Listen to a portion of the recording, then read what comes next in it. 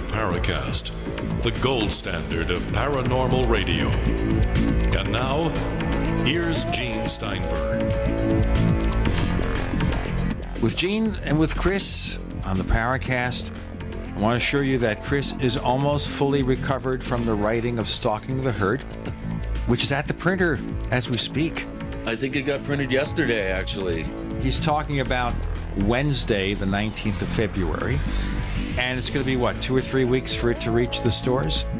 Yeah, probably about 10 days. I should be getting my first case in a week. Okay, they'll have a special episode. We will. We're going to have my erstwhile mentor and research associate, David Perkins, on here in a few shows. It'll be his first visit to the Paracast. I've been trying for 4 years to get him on, and now he's finally relented. He doesn't do much radio. Well, I can understand why. If it wasn't doing radio shows, I wouldn't do much radio either.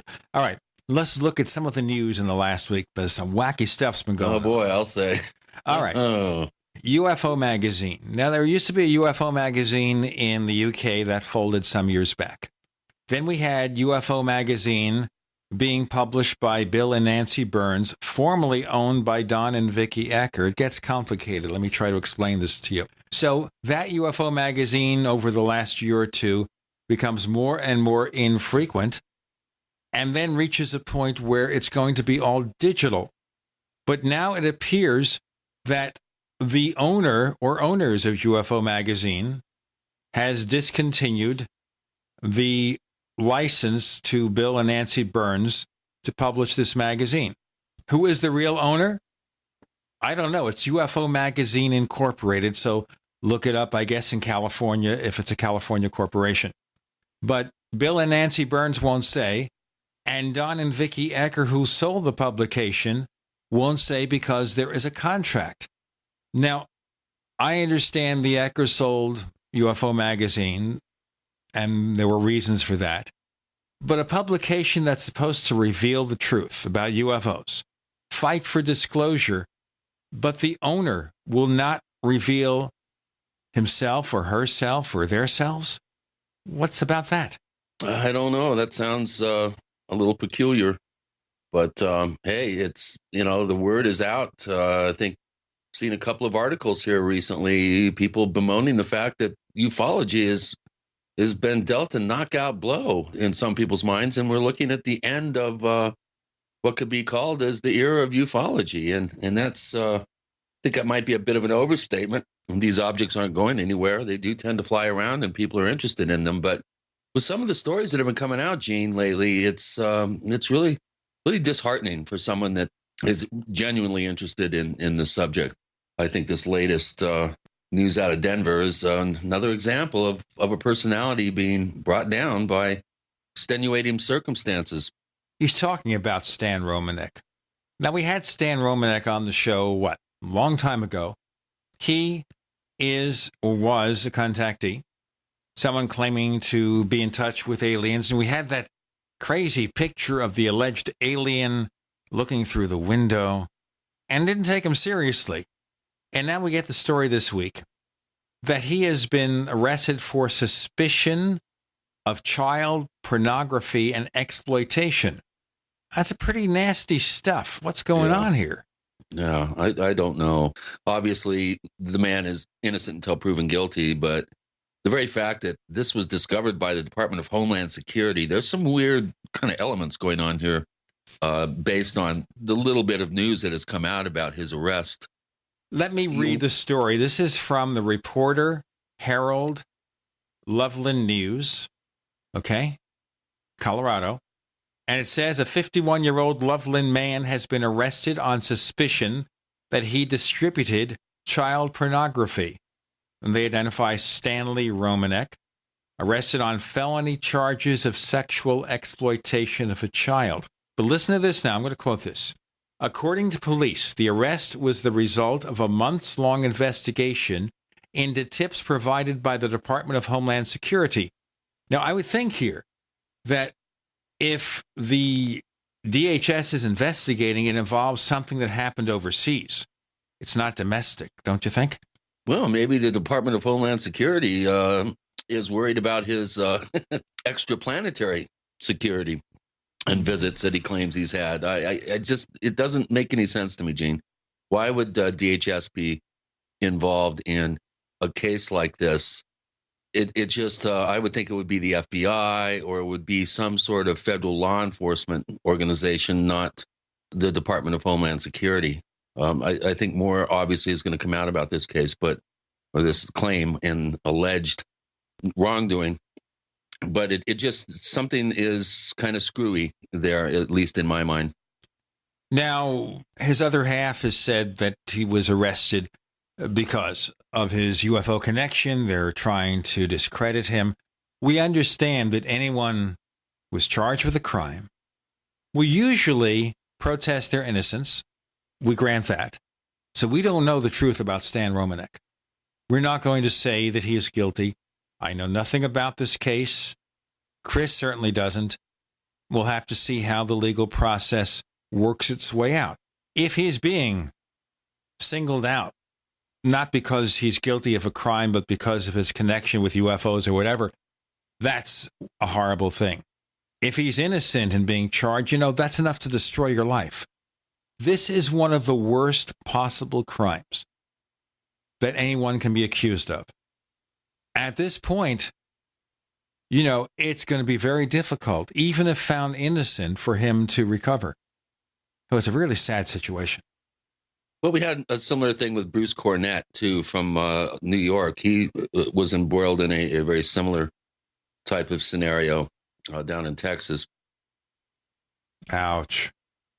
He was the last managing director of NIDS. I don't know. It's a kind of a crazy world out there. I'm not going to assess what's going on. Once again, I don't buy his contact claims, but this, we have nothing to say. And if anyone, by the way, has insights on who really owns UFO Magazine, I'd be curious. I mean, yeah, I guess they're entitled to their privacy, and a contract is a contract.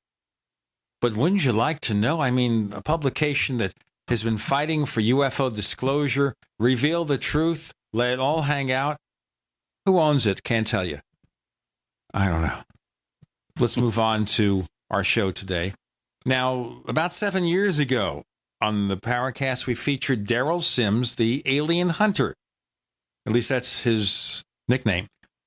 And we've invited him back because he always has lots of things going on, lots of fascinating stories to tell. And we also have a huge number of questions from our listeners about his work. And obviously, it's going to be both skeptical and otherwise. You've known him for a while, Chris. What's your assessment? I have. I've known Derrel since the early 90s. I met him down in Houston. And, I will remember forever distinctly meeting him when he walked all the way down the hallway right at me, got right in my face, nose to nose, and said, "I'm Derrel Sims." And I said, "I guess you are." And I like the response. I love the response, though. Well, he sat me down at the table, and all of a sudden I realized I had galvanic skin response clips on the ends of several of my fingers, and he did it like a magician. I didn't even realize that he had already hooked me up to a lie detector test. Oh, boy. We understand here that there's no way he can do this over a Skype network connection. Or maybe he has powers that we do not understand. Imagine Derrel Sims, he's going to give Chris another lie detector test. Did you pass, by the way? Yeah. He asked me about my my up close and personal experience when I was a young child, and I guess I passed. At least he still talks to me now. This is 20 some odd years later. So I've known Derrel for a long time. I scratched my head, and he's quite the character. We'll get into it today. I'm going to ask him about the lie detector test. First question. Okay, Derrel Sims, the alien hunter, joining us with Gene and Chris. You're in the Paracast.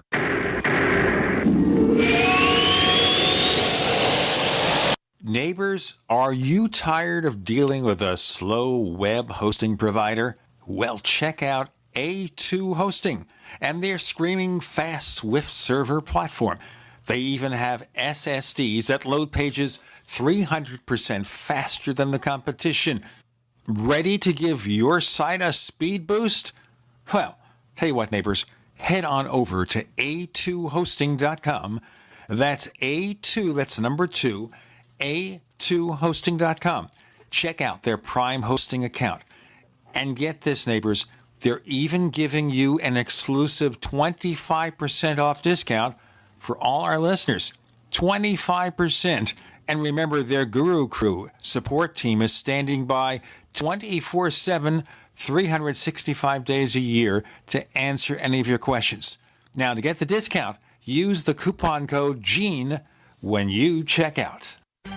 Gold isn't for you? Ted Anderson, president of Midas Resources, one of the world's premier gold and precious metal investing firms. I get it. You wouldn't buy gold if you believed that the government is doing a great job, that the Fed will stop handing out trillions of dollars like bailout candy, that Social Security would be there for you. That's not what's happening. You might even pass on gold if the stimulus package wouldn't fuel inflation, or that the dollar wouldn't lose value, or that your retirement would be secure. If all looks rosy to you, then now is not the time to buy gold. For the realist, there have never been more sobering reasons to diversify with gold. Since 2001, the U.S. dollar index has tanked 30% while gold has risen 300%. Right now, savvy investors are adding gold to their portfolios. You should too. Find out what they know. Call us and I'll send you 10 reasons why gold will do very well, free. 800-686-2237. 800-686-2237. That's 800-686-2237.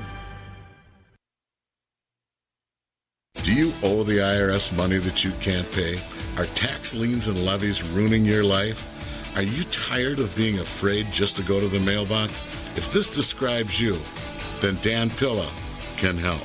Hi, I'm Dan Pilla, and I've been solving tax problems for more than 30 years. In fact, I wrote the book that made it possible to negotiate settlements with the IRS, and I've helped thousands of people do exactly that.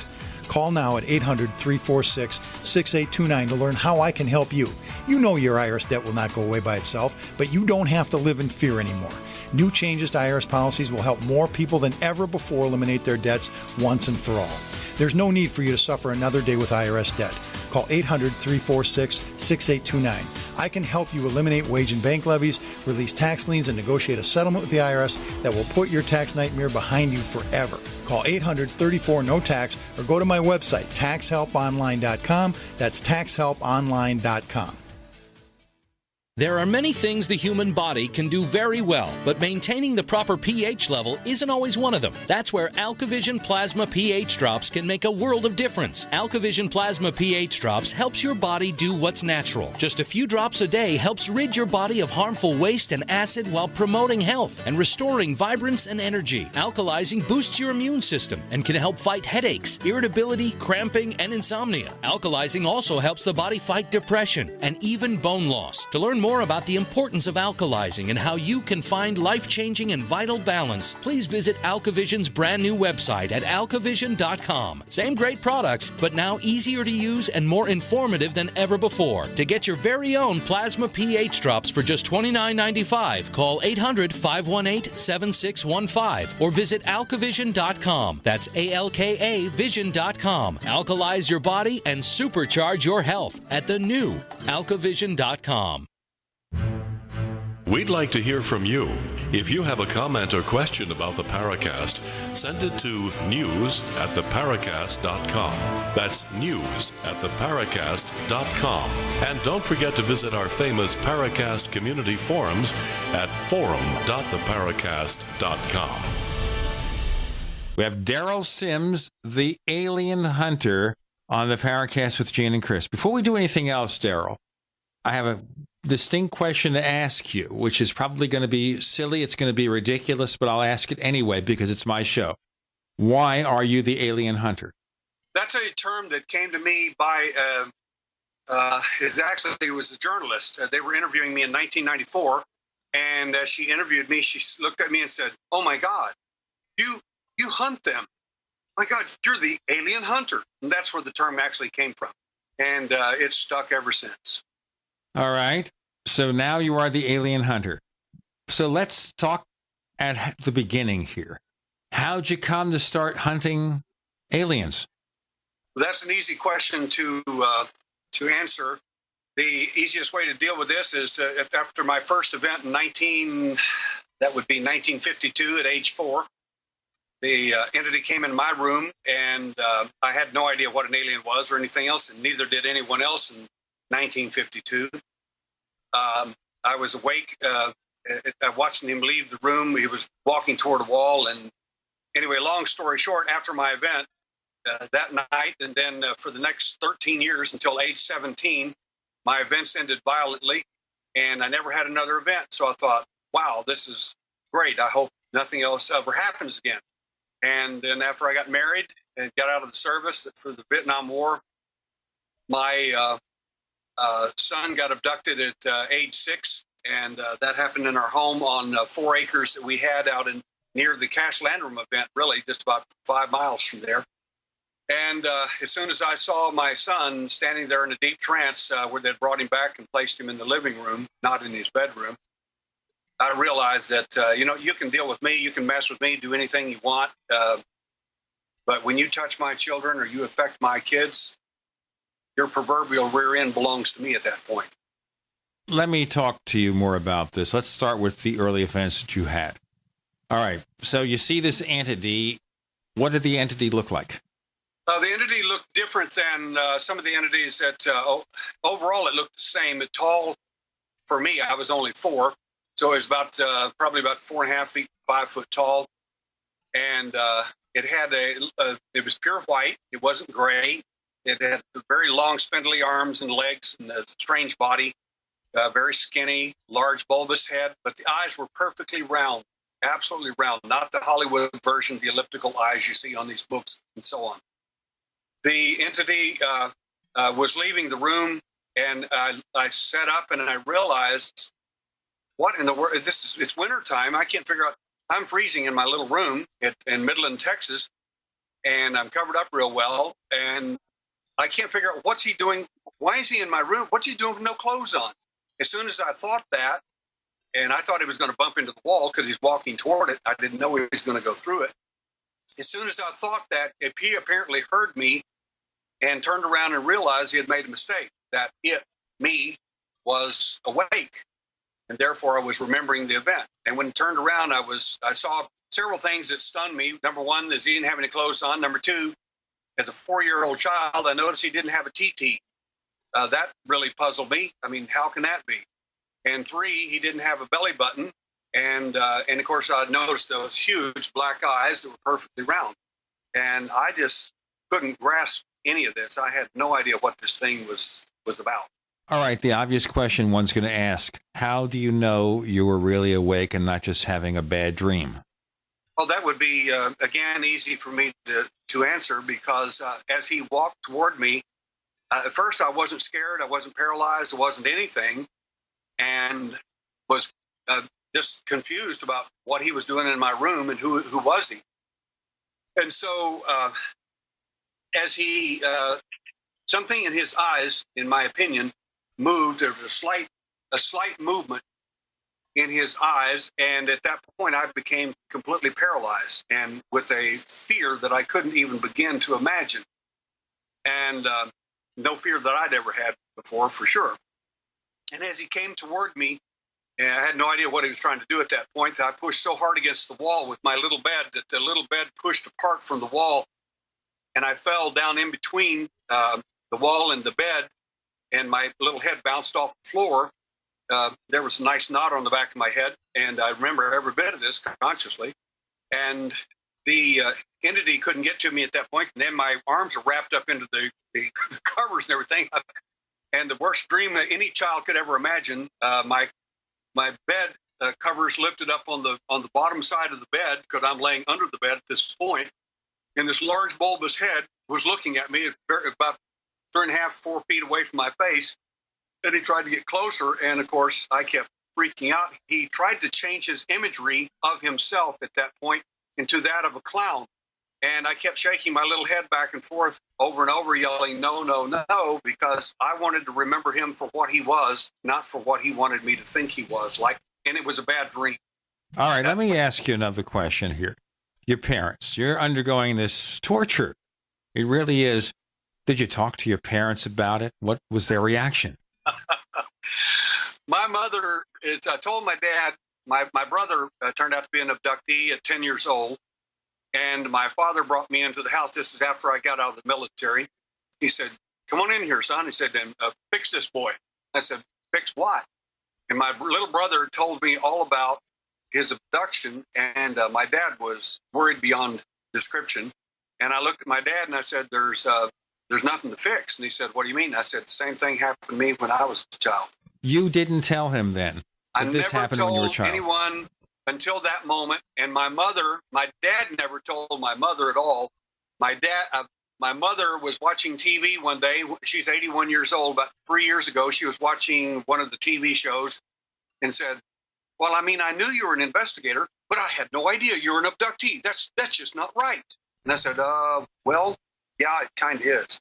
All right, but why didn't you tell your parents? You underwent all this torture all these years and you never spoke up once? Well, there's two reasons.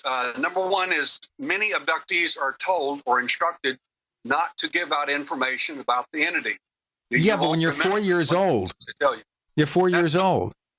You know, are you going to listen to somebody who tells you this when you're 4 years old? Well, you have to understand that this is called programming. This is a system of programming that goes on from childhood on up to people. Sometimes some people are 45, 50 years old, and they just find out about their abductions. And when they tell me this, I kind of laugh because they think it just happened. In most events, that's just not true. These events have been happening since they were children. The program is really effective for most people. I did remember, but I didn't want to tell my parents because I didn't believe that they would buy into this. The fact is, I was so upset, and they could visibly see this. By the next morning, they had me, which they never do this ever in my life. They put me in between them in bed the next night. And to my shock and amazement, I opened my eyes real quickly because it was like I'd been switched on. And there at the end of my bed was the same entity that was there the night before, and another one with him. I'd never seen that one before, and looked just like him, but I don't know how you. But we can tell them apart. If there were a million of them, I could tell you which one was my keeper. We'll continue with Derrel Sims remembering his abduction experiences. With Gene and Chris, you're in The Paracast.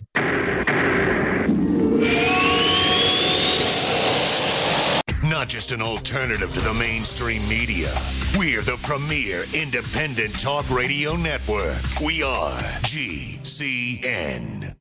Attack of the Rockoids has been well received by critics and readers alike. It's a thrill-a-minute story you'll never forget. A former U.S. military intelligence officer is haunted by intense dreams about a beautiful woman pleading for his help after a terrible battle in outer space. But the dreams turn out to be true and thrust him into a telepathic love affair with a woman whose faraway planet is intent on destroying the Earth. And now the gripping tale continues in The Coming of the Protectors. It's the second book of the Rockoids trilogy, a galaxy-spanning adventure that pits our hapless heroes against powerful, fanatical enemies that threaten the lives of freedom-loving beings everywhere. Attack of the Rockoids and The Coming of the Protectors. Classic science fiction at its best, available now. For more details, visit rockoids.com. That's ROCKOIDS.com. This alert just came in. This special announcement is for business owners and leaders of organizations who've been waiting for the right time to build. General Steel has made it impossible to wait any longer with rock-bottom prices that could save you thousands. That's right, General Steel, America's leader in pre-engineered structures, is offering buildings at prices you will never see again. Don't miss these prices. A 50 by 100 for under $30,000. You heard right. That's 5,000 square feet under $30,000. Manufacturers, if you need a larger building, try a 100 by 100 commercial building for $129,000. You can't afford to rent with these prices. Imagine a 70 by 100 foot church building for under $69,000. With the economy improving and interest rates still at historic lows, you can't afford to wait. So call 866-91-STEEL. Lock in your price now. Take delivery in spring. 866-91-STEEL. That's 866-917-8335. We live in a complicated society. Stressful issues are always popping up. Have you ever been treated unfairly by someone? Have you ever been overcharged for a repair? Have you ever signed a contract or a document worried about identity theft? How many times have you been in those unique situations where you just wanted to call an attorney to find out if you're right or wrong, or what your legal rights are? But every time you think about calling an attorney, what do you think about first? That's right. Who do you call, and how much will it cost? Our friends at Legal Shield have found a solution. With a nationwide network of 6,900 attorneys who average 19 years of experience, Legal Shield's law firms take over 40,000 calls per week helping their members. For less than $20 per month, you can have access to Legal Shield on everything from the trivial to the traumatic. Let Legal Shield stand up for your rights at lsprotection.com. That's lsprotection.com. Or call 855-340-SAVE, 855-340-7283. It's no secret that silver is one of the oldest known natural antibiotics, but the mainstream media will never tell we the people this information. Why? Many drug companies and politicians have dangerous alliances that manipulate the way we live by prescribing drugs that only manage disease, keeping us dependent on big pharma. And with Obamacare at our doorstep, we are now forced into a system that many of us do not want any part of. And no man or government has the right to dictate how we as free people choose to take care of our health. The patriots at utopiasilver.com hold this truth dear. Colloidal and ionic silver supplements from utopiasilver.com open the door to a whole new world of natural healing for the body and the mind. Visit utopiasilver.com and discover the safe and effective health benefits of colloidal and ionic silver. Call 888-213-4338, 888-213-4338, and talk to the patriots at utopiasilver.com, a leading source of natural healing using colloidal silver, colloidal gold, minerals, vitamins, and herbs. utopiasilver.com. Hi, this is Don Ecker, and you are tuned into the Paracast. Let me tell you what, you're going to hear stuff here that you probably won't hear anywhere else. Hear that, George Snorri? Derrel Sims is reporting what sounds like a lifetime of UFO abduction-related experiences. You're sleeping between your parents back in Texas. You're a child. And ET comes, or whatever it is. But your parents had no conscious memory of any of this. My parents, I told my mother about this, again, like I said, about 3 years ago, and she said, how could this be true? I never knew about it. And I said, Mom, you put me between you and Daddy. And I described in detail how I said he sleeps on his right side. And she says, that's true. And I said, and you sleep with your arm up over your head like this? And she said, I do. How do you know all that? And I said, Mom, I was there. I said, I can tell you the phone number and the address. We lived at 1005 South K Street, Midland, Texas. She said, oh my gosh, I can't believe you remember all that. I said, Mama, it was a traumatic event. Why would I not want to remember that? Okay, having undergone this traumatic event, you never talked to friends or other members of your family about this all these years? The only time I ever talked to anybody really about this, there's two events. One was when I was 17 after my last event. I went to my girlfriend's house the next night because it started getting dark, and I got phobic like you couldn't even believe. So how old were you at this point? I was 17. Okay. Went to my girlfriend's house, and I told her about this horrific event that happened. It was different than any other events that I'd had in my life. And I told her the whole story of the UFO thing, and she sat there. This was I was age 17. Good night. It was 1963, I think. And no, that would not true. It'd be 65. 65. So I told her about it, and she looked at me and said the very thing that every abductee would be mortified to hear from the person you trusted the most.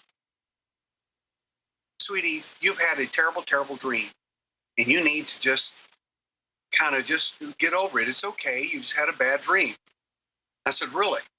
And she took me to a friend of mine who studied UFOs, who was a psychologist, and now he's a PhD. And I looked at him. I said, and he listened to the same story, and he looked at me and said the following. And this is my best friend.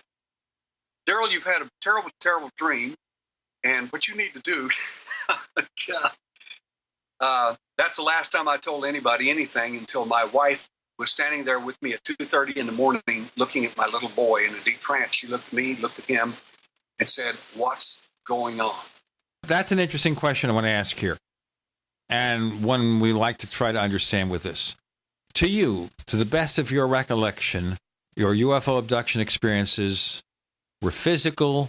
So if somebody was there, if I was there at the time this happened, I'd physically see beings, or would this be something that happened inside your mind, not saying it wasn't real? Well, there's two kinds of events, and I tell abductees this, and it makes them mad sometimes, but I said about 80% of your events, you never leave the room.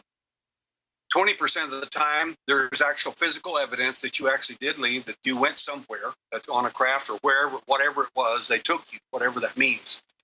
And in my case, in my last event at age 17, they took me. In fact, the next morning when my dad got up, I couldn't figure out why he couldn't hear all of this and see that huge bright light and it lit up the hallway. Someone kicked open my door. That should have woken everybody up in the entire house. It didn't. And again, for those who like to think, well, you had a fitful dream and you were sleepwalking. Never sleepwalked my entire life. I don't have bad dreams for all practical purposes. Never had these type experiences in terms of dreams and so on. And my dad opened the door. He got ready to go work early in the morning. I was getting up. I wasn't getting up. I literally had my clothes on. I was afraid to go back to sleep. And my dad got up and looked and saw the door knob had been broken. We lived in old-style barracks, army barracks that he had renovated. And had an old square army barrack lock on the door. And that was broken and knocked off, laying on the floor.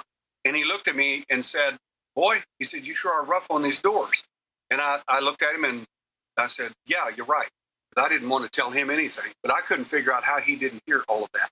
But my door opens to the inside, not to the outside. So I couldn't have kicked in the door from the inside. Okay, but some of these or most of these experiences happen within your mind, but others are physical. Most of my events, I think, were actually physical. All right. Let's look further into this because it gets very intricate. All right. You communicated with these beings. That's correct. Did they, by the way, were they all the same all the years you had this happening from the age of 4 to the age of 17? No. Different kinds of entities. Most of the time, the same cosmic skinhead would pick me up and take me to wherever for whatever was going to happen. Then someone else would intervene, such as the so-called alleged doctor, a being that looks just like this skinny one, but he's simply taller and bigger, and he's a lot smarter. That happened in a number of cases, especially in 1960 at age 12. That's when I first understood about the concept of alien implants, because I was on a slab, I call it the slab, it's a very hard table, with my feet elevated about 11 degrees, and I overheard what these two were communicating about. They do this mentally, and sometimes they shut us off. But what they don't realize is that you can actually train yourself to override that suggestion and still hear them. Okay, so you're hearing thoughts in your mind. Do the thoughts in your mind have a language and a voice, or is it just impressions? It was very, very clear in terms of, it was very impressionistic, but I could put it in terms of words for me to understand, but it's very impressionistic. I overheard them describing what they were wanting to do with the implant procedure, and it had to do with things that I read about many years ago with Dr. Roger Sperry's work in the late 1950s and 60s on lateral specialization of the hemispheres. Now, there's just no way a kid in 1960 in Alamogordo, New Mexico would know that, period, for any reason.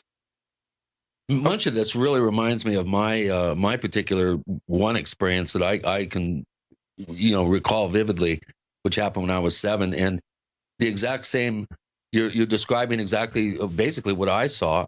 And also the reaction from my family, because I did tell them the next morning, because they found me, several houses away from where I was supposed to be in my bedroom.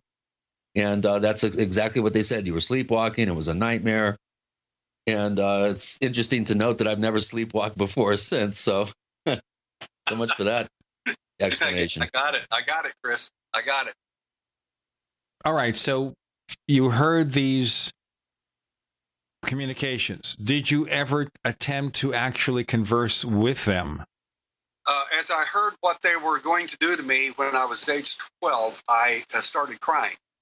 I couldn't understand why anybody would want to hurt me. I've never done anything to anybody, and I could not understand that. Then they brought this long needle-like device, about 8 inches long, with a silver sphere on the end of it, rammed it up my nasal passage, broke the bones inside the nasal passage, and it went up back behind my eye.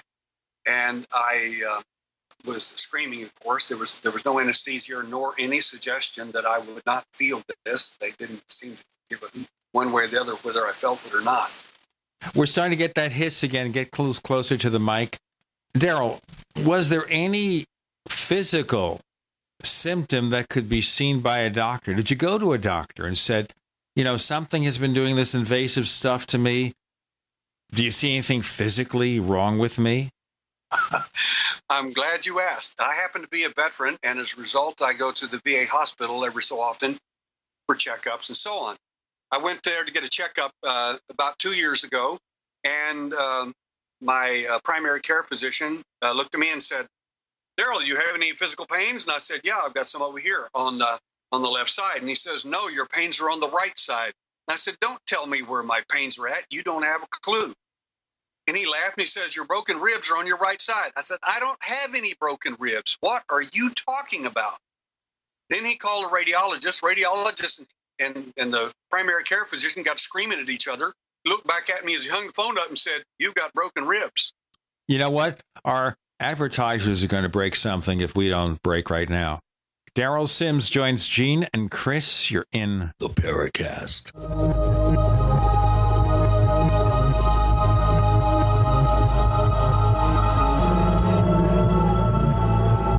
Free from the shackles of corporate America, we're the place for independent thinkers. GCN. Is there a secret UFO agenda? Do strange creatures from the darkest corners of the mind roam the earth? Is there evidence for mind control, time travel, or devious government conspiracies? Find out the inside scoop on the latest conspiracies, paranormal activity, and Freudian phenomena when you subscribe to Tim Beckley's Conspiracy Journal. It's jam-packed with stories, special book and DVD promotions, and the best news, it's absolutely free, sent right to your mailbox. Plus, a bonus free email newsletter sent out every Friday.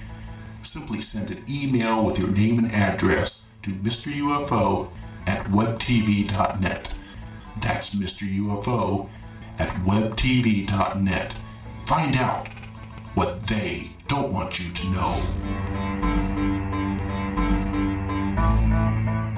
Hey everyone, have you heard about the No hair removal device that's sweeping the globe? If you want to go weeks without shaving and get smooth, professional quality results, here's our favorite host, Cheryl, for No hair removal. Thanks. Hey gals, I love talking about my No. It's this cute little hair removal system that you can take with you and use almost anywhere at home or on the road. No more expensive in-office treatments, painful waxing, and no more wasting your valuable time. Got unwanted facial hair? No has patented thermocon technology that works on all hair and skin colors, so it's perfect for using on all body parts. And now you can take advantage of this incredible risk-free trial. Get the No, the facial kit, a travel case, and a $100 discount shopping card, and you don't risk a penny to try it. Try the incredible No hair completely risk-free. Call 1-800-953-6062. That's 800-953-6062. 800-953-6062.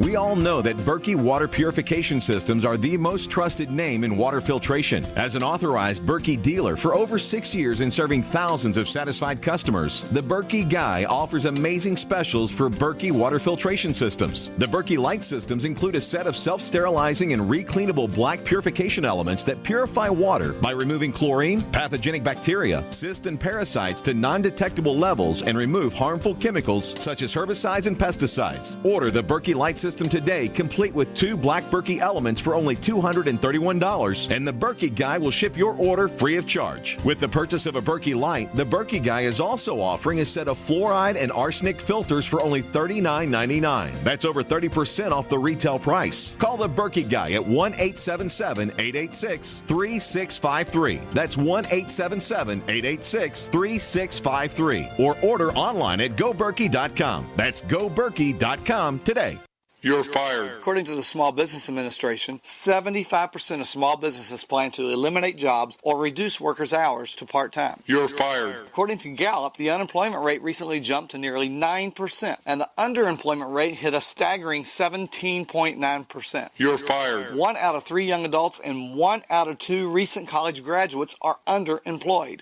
Hello, I'm Keith Abel, a pharmacist and a home business entrepreneur. In 2011, I became one of those statistics myself. Instead of looking for another job in corporate America, I joined Dr. Joel Wallach, the Dead Doctors Don't Lie guy. We're creating steady incomes for ourselves and would like to show you how to do the same. If you want to supplement your current income, replace your income, so you don't have to become one of the statistics, then give me a call toll-free at 866-257-3105, 866-257-3105. You're fired. Don't wait till you hear those words. Start creating an extra income today. 866-257-3105. This is Jerome Clark, author of the UFO Encyclopedia and other books. You're listening to the Paracast.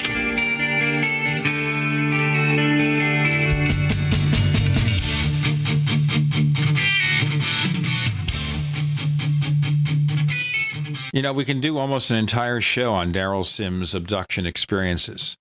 We'll continue as much as we can. All right. I have a quick question, Gene, before you continue. Derrel, I remember having a conversation with you many years ago, and you'd come up with a very interesting theory that looked at the heritage of people that feel that they've been, undergoing abduction experiences. And you came up with a very interesting correlation in genealogy in terms of, I think, Cherokee and Irish, if I remember correctly, seems to stick out in the demographic of people's genetic heritage. Why do you think you were singled out? Do you have Cherokee and Irish in you, or? As a matter of fact, the way I developed a lot of my stats back in the 1980s was I sat down with a friend of mine and we asked each other's questions, and it was very easy to come up with the stats. And the stats we came up with, one of them was we found, as we found out about ourselves, and we found out like he was married to a black lady. And asked her, she was an abductee, and I asked her one time, I said, what is your nationality? She said, well, I'm black. I said, ma'am, very few people are pure anything. Are you anything else? She said, well, I'm Cherokee Irish. And I said, many abductees, 45% of the abductees that we work with anywhere in the world are going to be Native American Indian, Irish, or Celtic. Okay, let me go back to your experiences because we have only so much time. We have lots of questions from our listeners that probably will not get to. Well, let's just take a look at this. Did you at all ask these entities or beings, who are you, where you're from, why you're bothering me, any of that stuff? I never did. I never. First of all, you're so shocked by we moved from Midland, Texas, and we moved to Mayhill, New Mexico, and we were building a little house not far from literally. Just right next door, and we were living in a basement of a church, and had a pretty good sized basement in it. But back then, I mean, this was like, oh, good Lord, I mean, we're talking 1955, maybe. So we're in Mayhill, New Mexico, in the mountains, in the middle of nowhere. Little tiny community. I mean, so big if you drove through it and held your breath, you could go through the whole town easily. And I went out to the bathroom one night, which was an outhouse. That's all we had there. It's either that or go upstairs. And I did not want to go to the church upstairs because, oh my gosh, in the dark, I had these problems with these little entities anyway. So, and I hope I never see them again. And I went out to the outhouse that night, and I opened the door, and there was the entity standing there at the side of the building, and scared me half to death. And I have no recollection of what happened after that. But I do know that my mother never could understand why I would never go to the bathroom again, ever, after it got dark. She said, I cannot understand how a kid could be impacted and not go to the bathroom. I wouldn't do it. All right. So you never heard from these beings, their purpose, their origins, or anything? Well, I worked with 1,600 cases worldwide, and I hear all kinds of ideas from people, and most of these things are whoppers. They tell you they come from the planet Banlon. Well, that's a deodorant, so I doubt that. The fact is, what we have that I can point to is a craft about 50 miles across, 50 miles thick, 600 miles across, that we do have a video of. That was part of a mass abduction that happened in 1992. You have a video of this. Where is it? Is it on display? No, not at all. We involved ourselves in this case with 8 people taken in 2 states and several cities. I was very fascinated with the outcome of the case. And one of the people in the case was an engineer, and he came in and he looked at me and said, well, we were taking only small craft to this big one. I said, what big craft? What are you talking about? And of course, when I start interviewing people, I take off my UFO hat, which is very kind and will listen to anything, and put my cop hat on. But I used to be a cop and still am a private investigator, and it gets a little tough. And I said, what are you talking about? What size craft? And he said, my guess is about 50 miles thick, 600 miles across. And I said, you're right. I have a problem with that. He said, I thought you would, so I brought the video. And he did. What had happened is that someone in Japan had been filming toward the moon at this time, and apparently filmed a craft of immense size during the same time of the mass abduction, December 8th and December 11th, 1992. Where's this video? In my archive somewhere. I have it. But why is it not on display? Well, most of the work that I do is I don't primarily do for public consumption.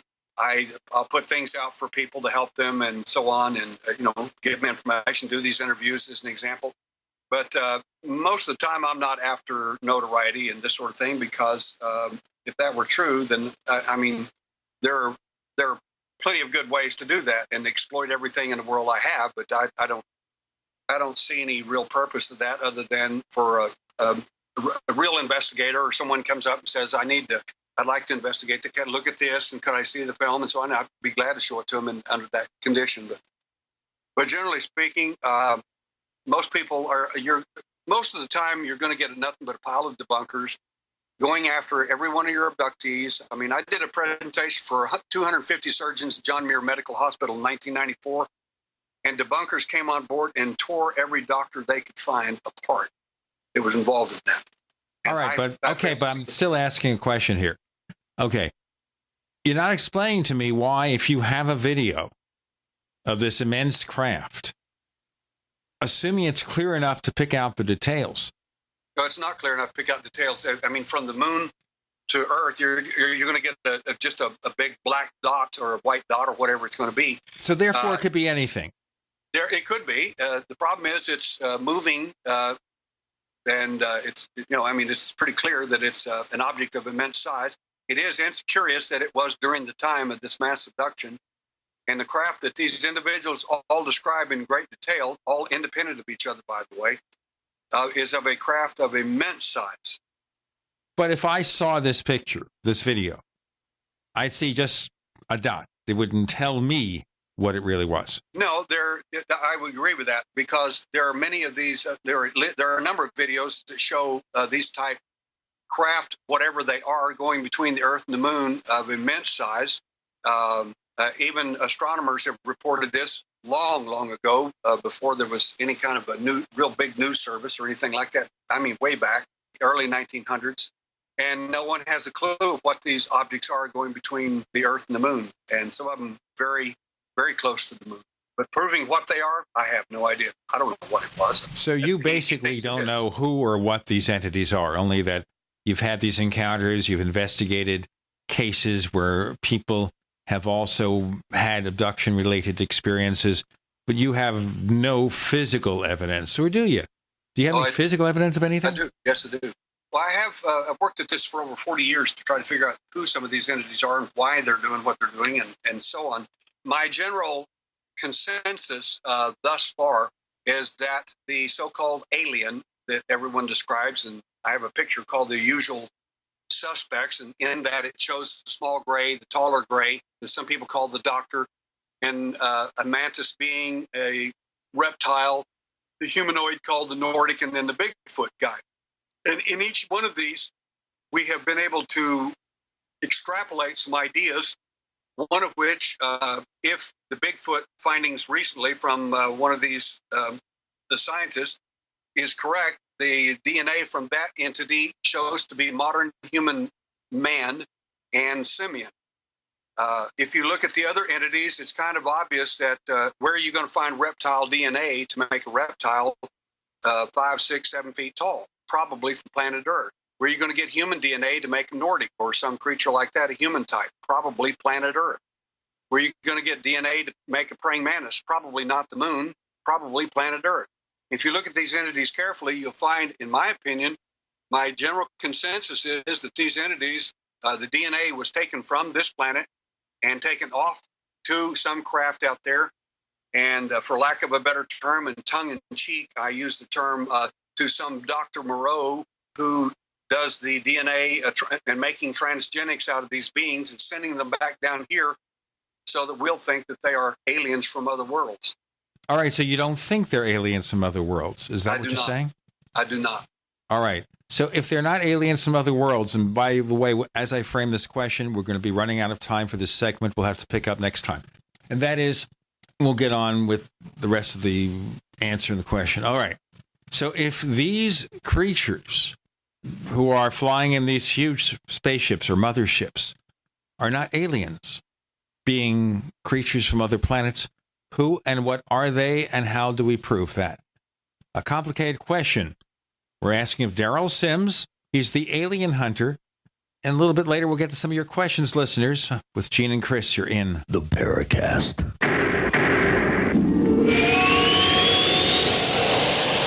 The nation's largest independently owned and operated talk radio network. The Genesis Communications Network. GCN.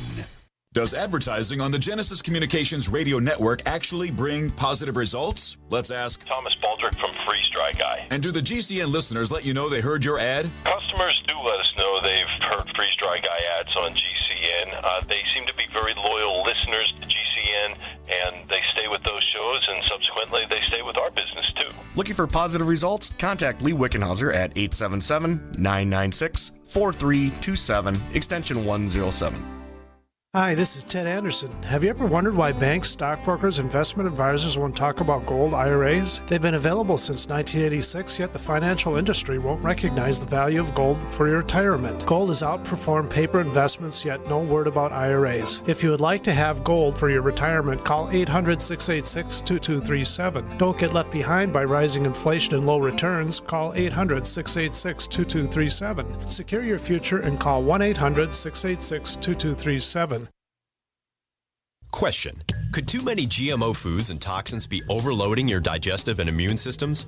Answer: yes. If you're searching for a powerful detox that's gentle enough to use every day, use Pro EM1 from Terraganics.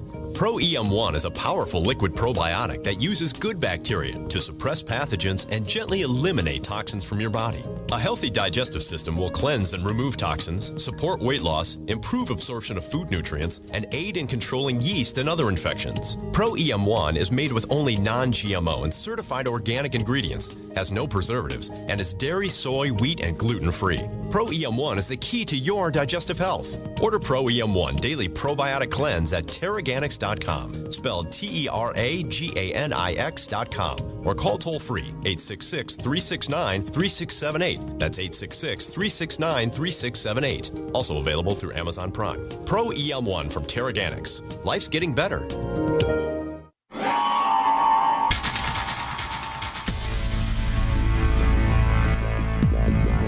Welcome back to the Paracast, the gold standard of paranormal radio. And now, here's Gene Steinberg.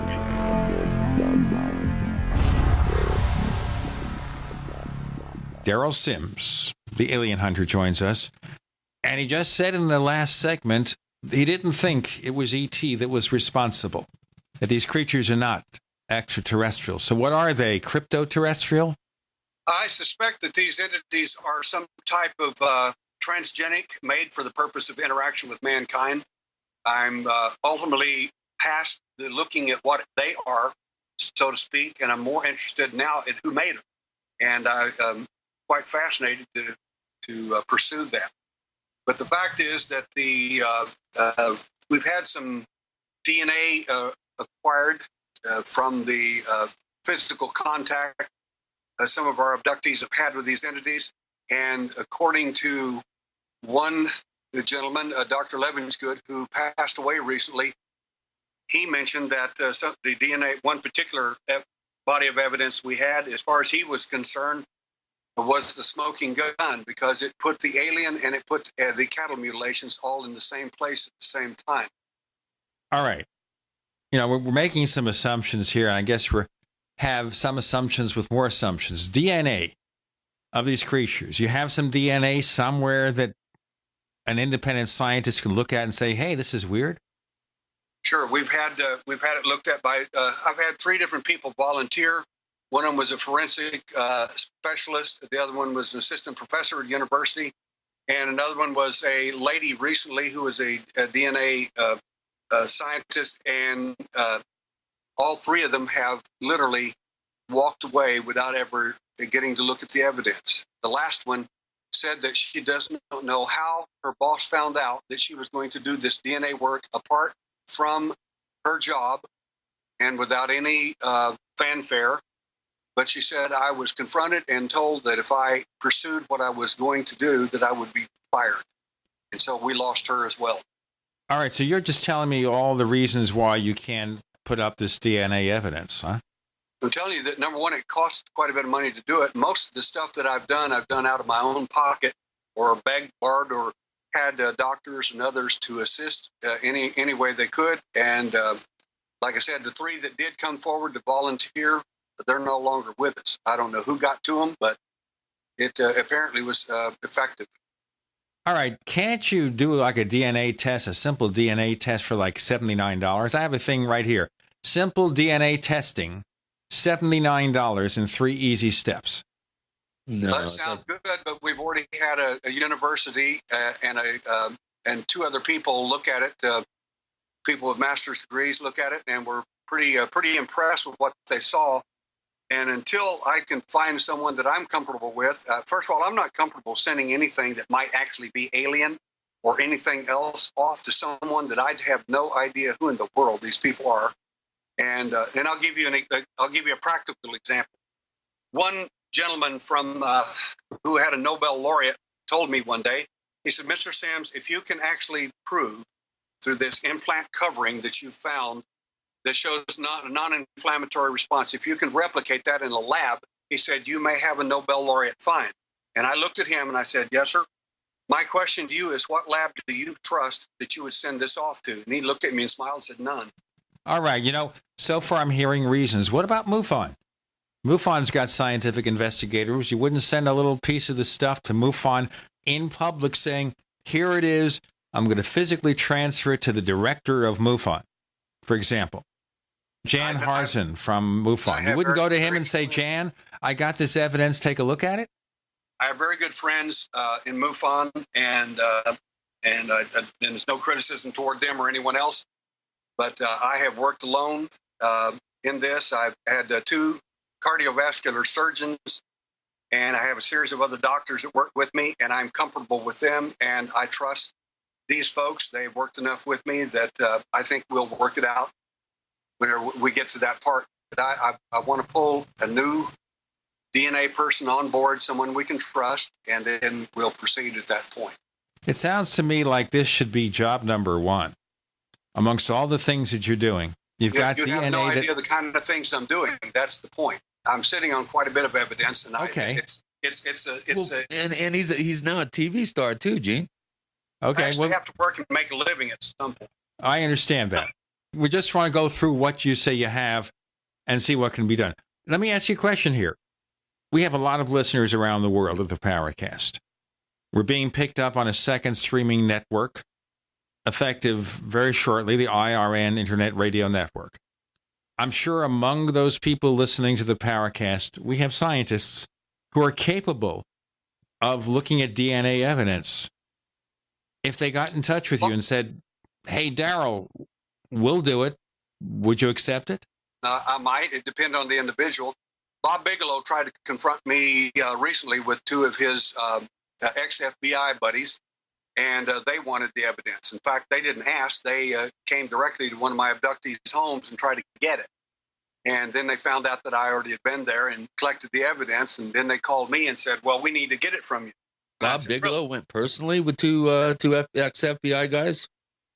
Ex-FBI guys that worked for him, and I told him I wasn't interested. So the three of them actually physically went to this person's house and demanded The two FBI guys went there, and when they found out that where the evidence was, they called me directly from the abductee's home. And my first question to them was, "What are you doing at my abductee's home? Yeah, and who do you work without for?" Talking to me. Who do you think you are? It's we're ex-FBI, and I said, "Look, I'm ex-CIA, but that doesn't mean anything, Jack." I said, "Whenever we had liaison with the FBI through the Central Intelligence Agency, the guy that's the independent in between, I said, we owned that monkey. I said, don't you think for an instant that we didn't? I said, don't act like you're somebody, because that's what we used to be. You're nothing to me right now. And coming to my abductee's house trying to steal the evidence, that makes you less than anything, in my opinion." Well, have you ever talked to Bigelow about this? Well, Bigelow, they said, well, we can get Mr. Bigelow to fly down to Houston and get the evidence from you. He'd be glad to meet you with you. And I said, I've met Bob Bigelow a number of times, and been involved with a research project that we were involved in, and that's fine. I said, but this has nothing to do with that, and I will take care of this. I'll do it my own way. Okay, what research project were you involved in with Bob Bigelow? Bob Bigelow agreed to, he called me one day back in 1995. He said, I've got several scientists, and I have one guy standing here. It's got 2 PhDs and 1 MD. That's one guy. And I said, okay. And he says, you seem to be able to find a lot of evidence no one even knew existed in the UFO phenomena, and I'd like to find out how you were able to do that. And I laughed, and I said, if you want to find a donut, go find a cop. If you want to find an alien, go find a Native American tracker. They laughed, and they still didn't get it. But basically what they were asking about was the implants that had done in the first public surgery. And they agreed to finance another 3 surgeries and look at the objects and so on. But I told them I was more interested in them doing the analysis through New Mexico Tech and Los Alamos on the existing implants I already had from the first surgery. And they agreed. And so did 18 scientists that were present at that meeting. And what happened then? Well, they sent off the materials to New Mexico Tech, to Los Alamos. Los Alamos constructed a specialized microscope that had a little laser on the side of it that captured the little gas as it sent this little laser shot into the implant, and they captured the information. Found that the implants were covered with 11 different elements, that some of the implants were they were definitely ferrous. Some of them were the hardest steel known to man, and the others were some very soft core carbon. And they found that there was of course, separate of that was a biological covering that was important that I was more interested in than anything. But the Los Alamos couldn't go any further with it, and they sent it off to New Mexico Tech. New Mexico Tech did Mohs tests and many other tests on the objects and found that the materials were from a rare meteorite claimed to be from the Widmanstatten or the Yautshung meteorite. Wow. And this is part of an alien implant. This was during the time period you were working with Dr. Roger Lear, correct? That's incorrect. Dr. Roger Lear was working for me. All right. Derrel Sims, the alien hunter, joining Gene and Chris. You're in the Paracast.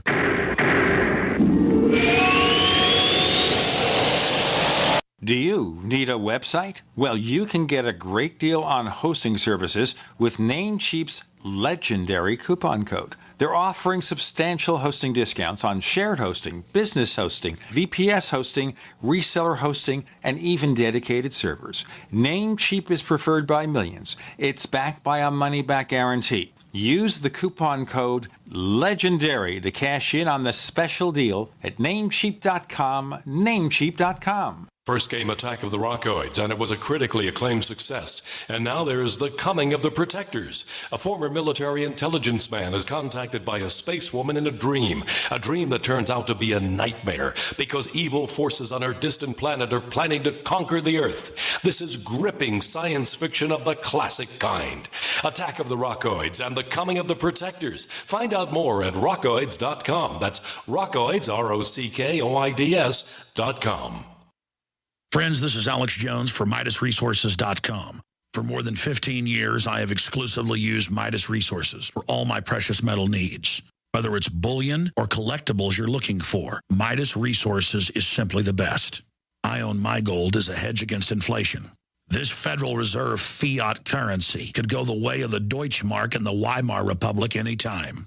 In these historically dangerous times, it makes sense to physically hold gold and silver. Midas already has some of the best deals in the industry. But if you give them a call and mention the radio special, they will give you a list of the day's super specials. Midas brokers are standing by to answer all your questions at 800-686-2237.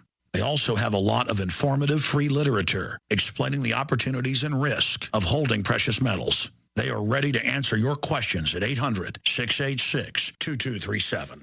Again, that's 800-686-2237. If you owe the IRS back taxes, listen carefully. Sweeping changes to IRS policies will help more people than ever eliminate their tax debts once and for all. And now, thanks to Dan Pilla, you can get the tax help you need to end your tax nightmare. Hi, I'm Dan Pilla. I've helped thousands of people reduce or eliminate tax debts they couldn't pay. And after more than 30 years of experience dealing with the IRS, I can tell you there's no such thing as a hopeless tax case. With the IRS's new policies, it's easier than ever to put your tax debt behind you once and for all. Call now at 800-346-6829 to learn how I can help you. You know your IRS debt will not go away by itself, but you don't have to live in fear anymore. Call 800-346-6829. Learn how I can help you eliminate wage and bank levies, release tax liens, and negotiate a settlement with the IRS that will put your tax nightmare behind you forever. Call 800-34-NO-TAX or go to my website, taxhelponline.com. That's taxhelponline.com. There are many things the human body can do very well, but maintaining the proper pH level isn't always one of them. That's where AlkaVision Plasma pH Drops can make a world of difference. AlkaVision Plasma pH Drops helps your body do what's natural. Just a few drops a day helps rid your body of harmful waste and acid while promoting health and restoring vibrance and energy. Alkalizing boosts your immune system and can help fight headaches, irritability, cramping, and insomnia. Alkalizing also helps the body fight depression and even bone loss. To learn more about the importance of alkalizing and how you can find life-changing and vital balance, please visit AlkaVision's brand new website at alkavision.com. Same great products, but now easier to use and more informative than ever before. To get your very own plasma pH drops for just $29.95, call 800-518-7615 or visit alkavision.com. That's ALKAvision.com. Alkalize your body and supercharge your health at the new alkavision.com. We'd like to hear from you. If you have a comment or question about the Paracast, send it to news@theparacast.com. That's news@theparacast.com. And don't forget to visit our famous Paracast community forums at forum.theparacast.com. Derrel Sims, the alien hunter, is joining us. And we're focusing here on so-called alien implants or things found in people's bodies in the wake of an alien abduction. And we brought up here very briefly in the conversation with Chris and with Derrel, an association, Derrel, that you had with Dr. Roger Lear, who's been on the Paracast several times. Can you tell us about that interaction? Well, basically, I was, there had actually been several surgeries done before the public ones we did. And I happened to be out in Southern California, and a friend introduced me to Roger Lear, and he was a podiatrist, a foot doctor, not an MD. But I said, well, I actually have one of them that's in the foot. And he said he would. He said, why don't you remove them? I said, well, I would actually need a podiatrist. And he said, I'll do that. And I said, fine. And I said, I'll fly them out here at my cost, pay for the medical and everything else, put them up, and the whole 9 yards. And he said, fine. So anyway, long story short, we took one object out of the hand and 3 out of the foot. And at that point, Dr. Lear did not agree that he thought they were all surgical clips and that was nothing to it, that there was. And I said, well, if that's true, I said, let me give you my prediction I made a year and a half before, in 1994, to 250 surgeons. I told them if these implants that you're looking at up here on X-ray are true, what we're going to find is that these objects are, in fact, there'll be at least four things that are true. The four things we will find that are true is that, number one, the objects will not have any technology in them if they're alien related. Number two, that there will be surrounded by a biological mass that will be a non-inflammatory process. Anyway, after I finally described all these, the two doctors present said, that's impossible, and we don't believe it. However, the pathology report the next day proved these claims to be accurate. At that point, Dr. Lear wanted to be a partner with me, and I brought him on, and I said, I've got all the cases that, I've got a whole pile of cases, and I said, you can start with these several if you, we'll see how things work out. And how did it work out with Dr. Lear? Are you still working with him or what? No, the problem, I asked him originally, do you have any problems I need to worry about? And he said, no. And I said, fine. I found out later that that wasn't true. He had a previous case against him by by an individual for suing him for malpractice. That was before he ever got in ufology or anything else, as I understand it. Okay, but how was that resolved? Well, it was resolved very badly. He ended up going to court. That and other things. We had some implants starting to disappear under his care. And when that happened, I was so irritated from complaints from abductees and so on, I simply fired him and said, that's it, you're out of here. All right, so you're saying that he stole these implants from you? I have no idea where they went. I don't know. All I know is that I was called by an investigator in Ventura County who was a vet investigator with DA's office, and he said, I'm calling in reference to a Roger Creven Lear. Now, I'm an ex-cop. When people use your full name, they're not friendly. And I said, I do know him. And he says, he said, this lady's complaining about him stealing her objects, and do you know anything about it? And I said, I delivered them to him personally. And he said, so he did have them? I said, yes, he did. And I said, I'm not trying to get him in trouble or anything. I said, I just split the association because of problems like this. Other complaints from abductees for various reasons. And I said, and there's this malpractice suit against him, which he lost, by the way, and ended up getting, a 3 years probation on his license and a $4,000 fine and remedial training in podiatry. Do you know specifically what he did wrong that caused this lawsuit to happen? Well, yeah, I have an individual from California sent me the entire medical report of that hearing. In fact, the Attorney General's office showed up as well. And for an AG to show up at a podiatry hearing, that's not good. That smacks at a possible threat of an arrest. In other words, if you don't accept the charges, it's highly likely that if they think there's something criminal that happened, they're going to come after you. But he's never been arrested or convicted of anything, has he? Because remember, malpractice tends to be a civil issue, not a criminal issue. It was civil. It did not go criminal. It did not. All right, we'll leave it at that because we don't have Dr. Lear here to express his point of view. Let me ask you a few questions about your background before we continue, because you have all these certifications. You worked for the CIA doing covert ops. When did that happen?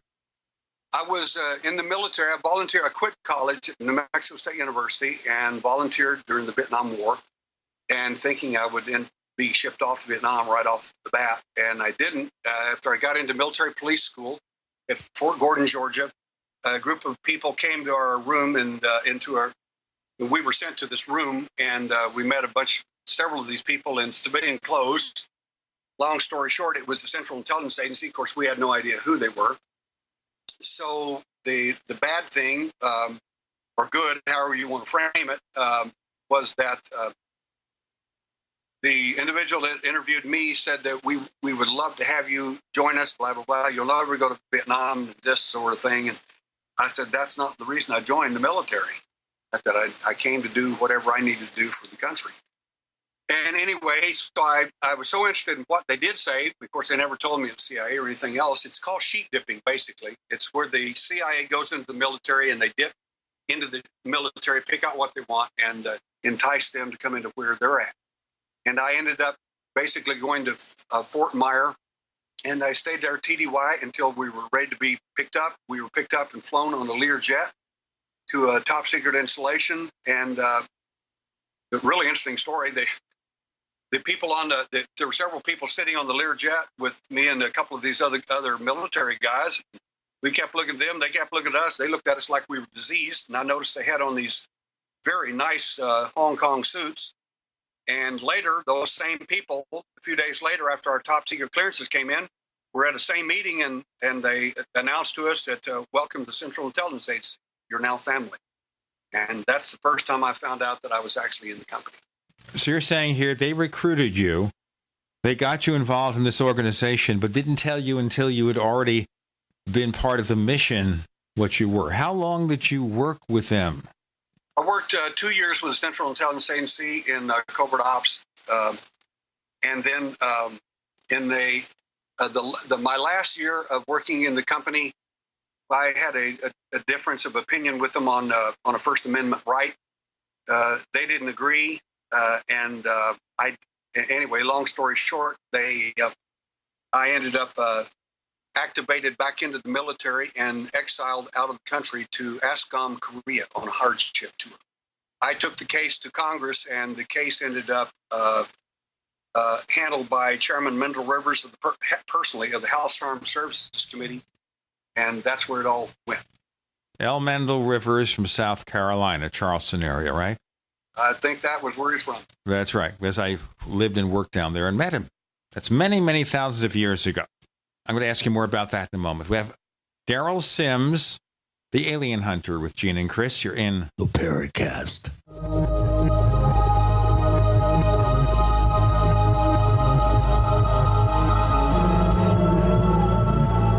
We are the premier independent talk radio network, the Genesis Communications Network, GCN. Graphic Converter is the image manipulation tool for the rest of us. It does not use any database. You get full control of all your files. Want to view the images of a folder? Drag it into Graphic Converter, and a powerful browser opens up to show your image files. You could use it for slideshows. You could use it to import images from digital cameras or from scanners. Need to do some image editing? You can do that too in Graphic Converter. Also print catalogs. Convert from so many formats I can't even list them. Download now to see if Graphic Converter is good for you, like 1.5 million other users. Guess what? You could save money when you buy Graphic Converter. Use the coupon code Night Owl. Use the coupon code Night Owl to get a special price for Graphic Converter. Go to lemkesoft.com. That's Lemke soft.com. Lemkesoft.com. Lemke soft.com. Now you can get the same survival food U.S. Special Forces use on their toughest field missions. High-protein, high-energy, freeze-dried foods known as long-range patrol rations, or LRPs. Soldiers love LRP rations. They're lightweight and easy to carry. Easy to prepare by just adding water. Easy to enjoy because they taste great.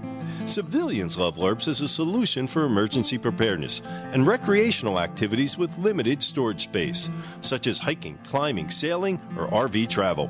Veteran-owned Freeze Dry Guy is your exclusive source for this 2013 U.S. military overrun. Long on nutrition, these delicious entrees have a long shelf life, lasting decades. But this rare opportunity, this limited supply, will not last long. You have to act now. Call 866-404-3663, 866-404-FOOD, or log on now to freezedryguy.com, freezedryguy.com.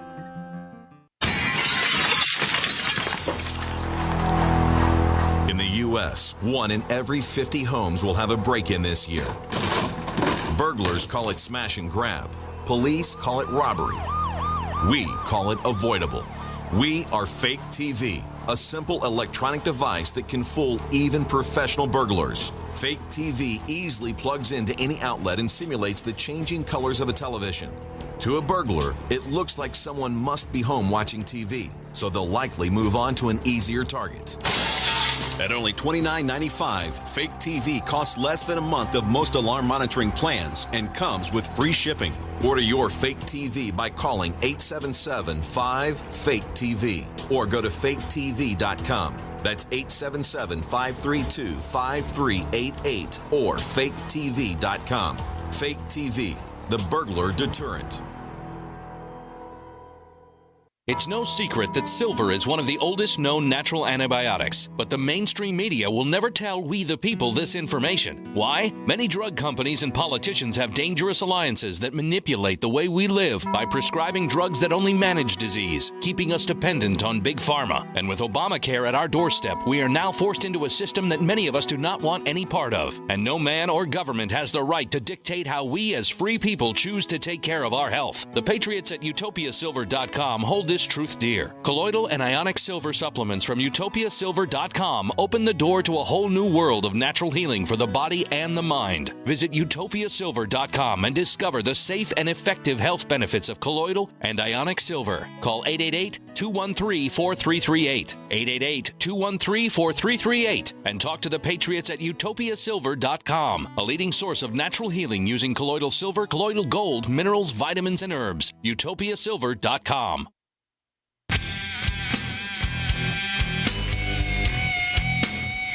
This is Kurt Sotheby, author of UFO Mysteries, and you're listening to the Paracast. With Gene and Chris, Derrel Sims, the alien hunter, talks to us about a problem he had with his military CIA association, and he got in touch with L. Mendel Rivers, who brought all those bases, military bases, to South Carolina. In fact, there was a story once where someone said to him, Mendel, if you keep bringing these bases down here, the place is going to sink. Okay, so what year was this? Is there a public record of this? That's correct. And the documents, I am told, were sealed, but I have no idea what that means. All I know is that my congressman was involved in New Mexico, and my father, and of course, I was in Korea, and one day I got a notice while I was there that the IG was investigating my case, and I said, what do you mean, sir? And this was Lieutenant Colonel. He said, no, the Inspector General, a 3-star general, General Ennemark himself is handling this case.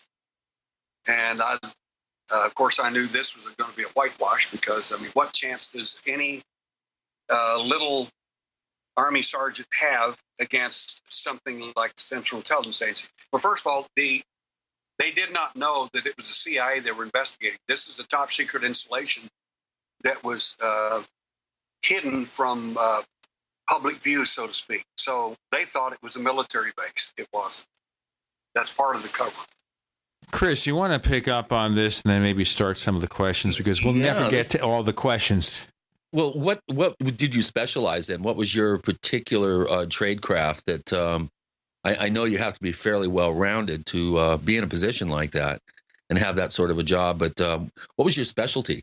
I think you mentioned first of all, the term tradecraft belongs to people called JOTs that were there. Those are junior officer trainees. These are people who recruited from colleges with a minimum of 4-year degree, and they're hopefully can speak a foreign language, Farsi, Chinese, that would help. Of course, during that time, Vietnamese would have been perfect, or Thai, because we were in those countries as well. And my purpose there was primarily to give security to a top secret installation to make sure that everybody believed that it was a military base and that to make sure that their operations were protected and covered and that sort of thing. I also taught the martial arts while I was on and off the installation as well to some of the company people and others. Just a quick question before Chris gets to the issues from our listeners. Did anyone in the military ever come to you because of your connection with the UFO field? The only case I investigated while I was in the company there was a young lady who her father was the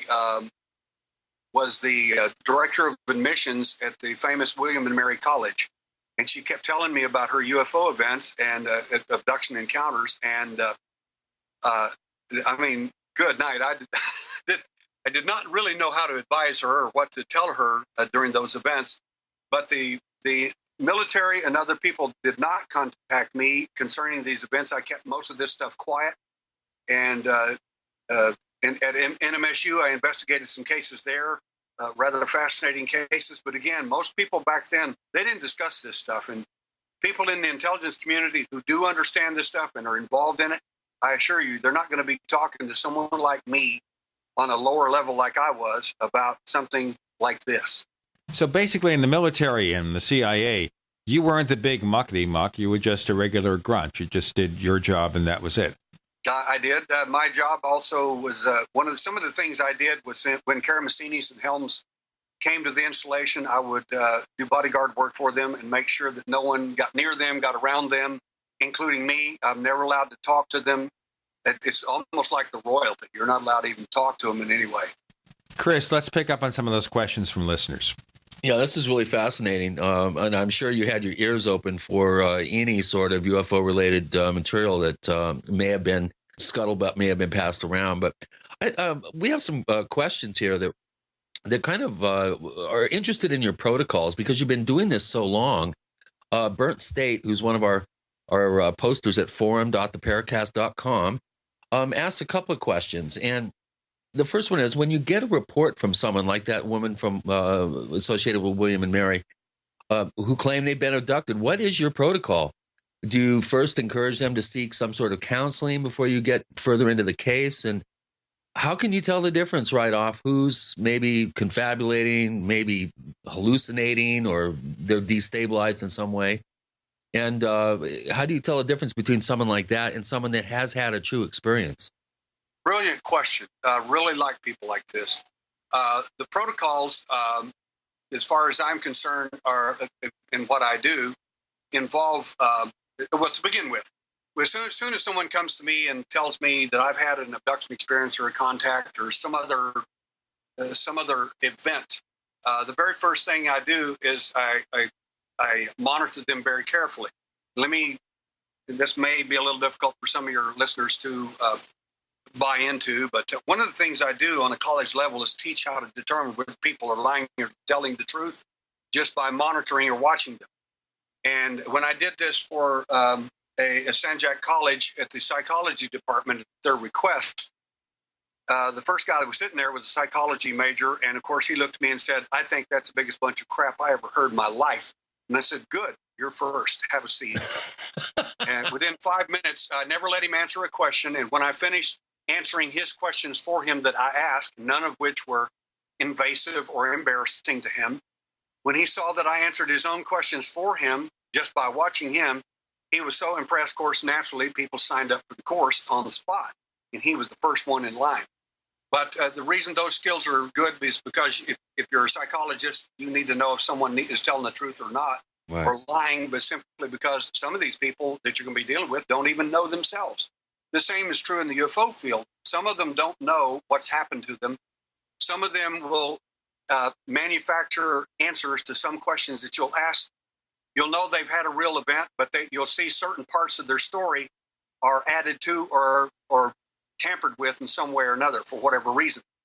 So I never tell anybody what I know about whether they were lying, not telling the truth, or simply didn't know. Or I don't care whether they know or not. It's only important that I know.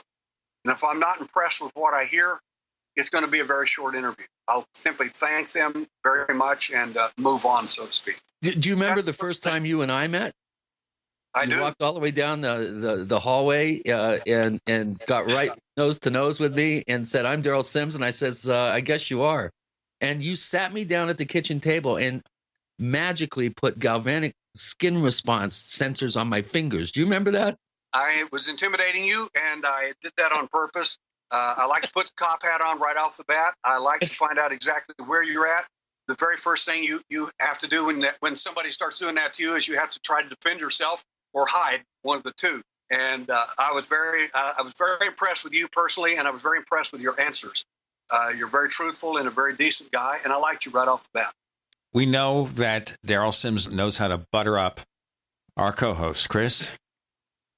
Well, Derrel and I have known each other for over 20 years now. So anyway, I really felt that the way you were able to effortlessly apply those devices to me without even me realizing it, I was very impressed with that. That was like sleight of hand or something. I still don't know how you did it. And NLP, it's called elegance. Yeah. Well, let's get to question 2 from Burnt State. And this is a good one. How can we be certain that any identified implants are actually from outer space or alien, as you've described, as opposed to an anomalous accretion in the body? If you're completing some type of mass spectrometry, what kind of isotope analysis do you do? And you mentioned about you paying for it out of pocket. That was his follow-up question. We'll have the answer to that question in our next segment. We've got a lot more questions from our listeners of our guest. So many questions, in fact, that I doubt we'll get to all of them, but we'll certainly do our best. The alien hunter, Derrel Sims, you're on with Gene and Chris, and your question's coming. You're in the Paracast.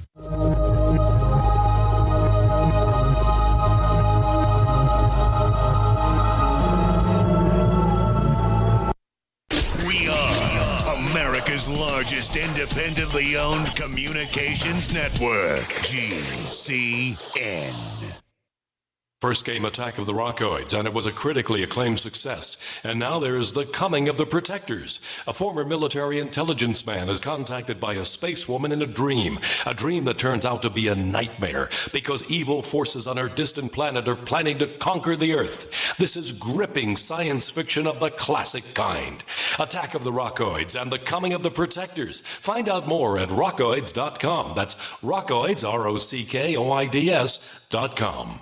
So here's what happened. I was placing an order online. The site went down. It just stopped responding. It took hours before it returned, but I'd already placed the order with another company. If your site goes down, you could lose business. And if you have a business or personal site, you'll want to know it's easy to run and it will stay online. At iWeb, your site is hosted on one of the most reliable networks in the world. Check it out. iWeb.com. That's iWeb.com.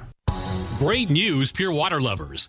BigBerkeyWaterFilters.com has a special discount offer for all GCN listeners. You can't do better than a Big Berkey for economy. For only 1.7 cents a gallon, a single set of filters can last for 5 to 10 years. There's none better than a Big Berkey for emergency preparedness as a backup water source. And you just can't beat a Big Berkey to remove dangerous chlorine, all types of fluoride, pathogenic bacteria, cysts, parasites, and unhealthy byproducts from municipal water. Berkey water filter systems are even powerful enough to purify stagnant pond water. For the gold standard in water filters, get a Big Berkey at BigBerkeyWaterFilters.com. And all GCN listeners get 5% off all ceramic filter systems. For details, call 1-877-99-BERKEY. That's 877-99-BERKEY. Big Berkey Water Filters, for the love of clean water.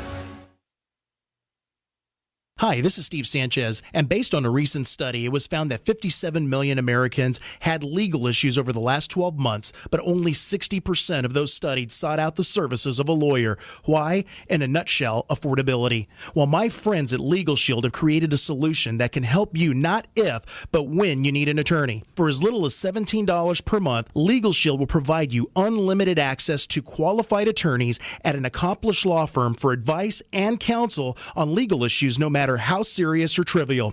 For over 40 years and with 1.4 million families across North America, Legal Shield can help you, the loyal GCN listener. Representatives are standing by now to answer your questions, so call them now at 1-855-340-SAVE. That's 1-855-340-7283, or visit them at lsprotection.com. That's lsprotection.com.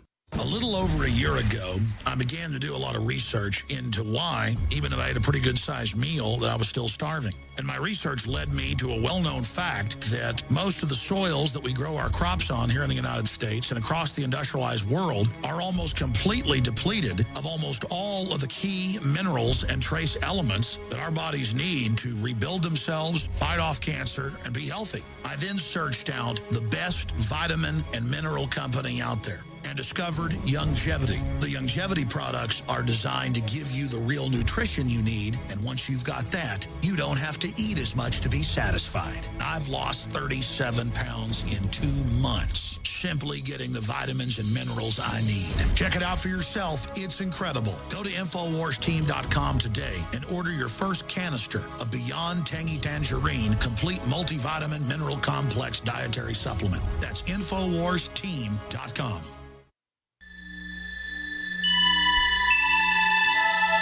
This is Jacques Vallée. You're listening to the Paracast, the gold standard of paranormal radio.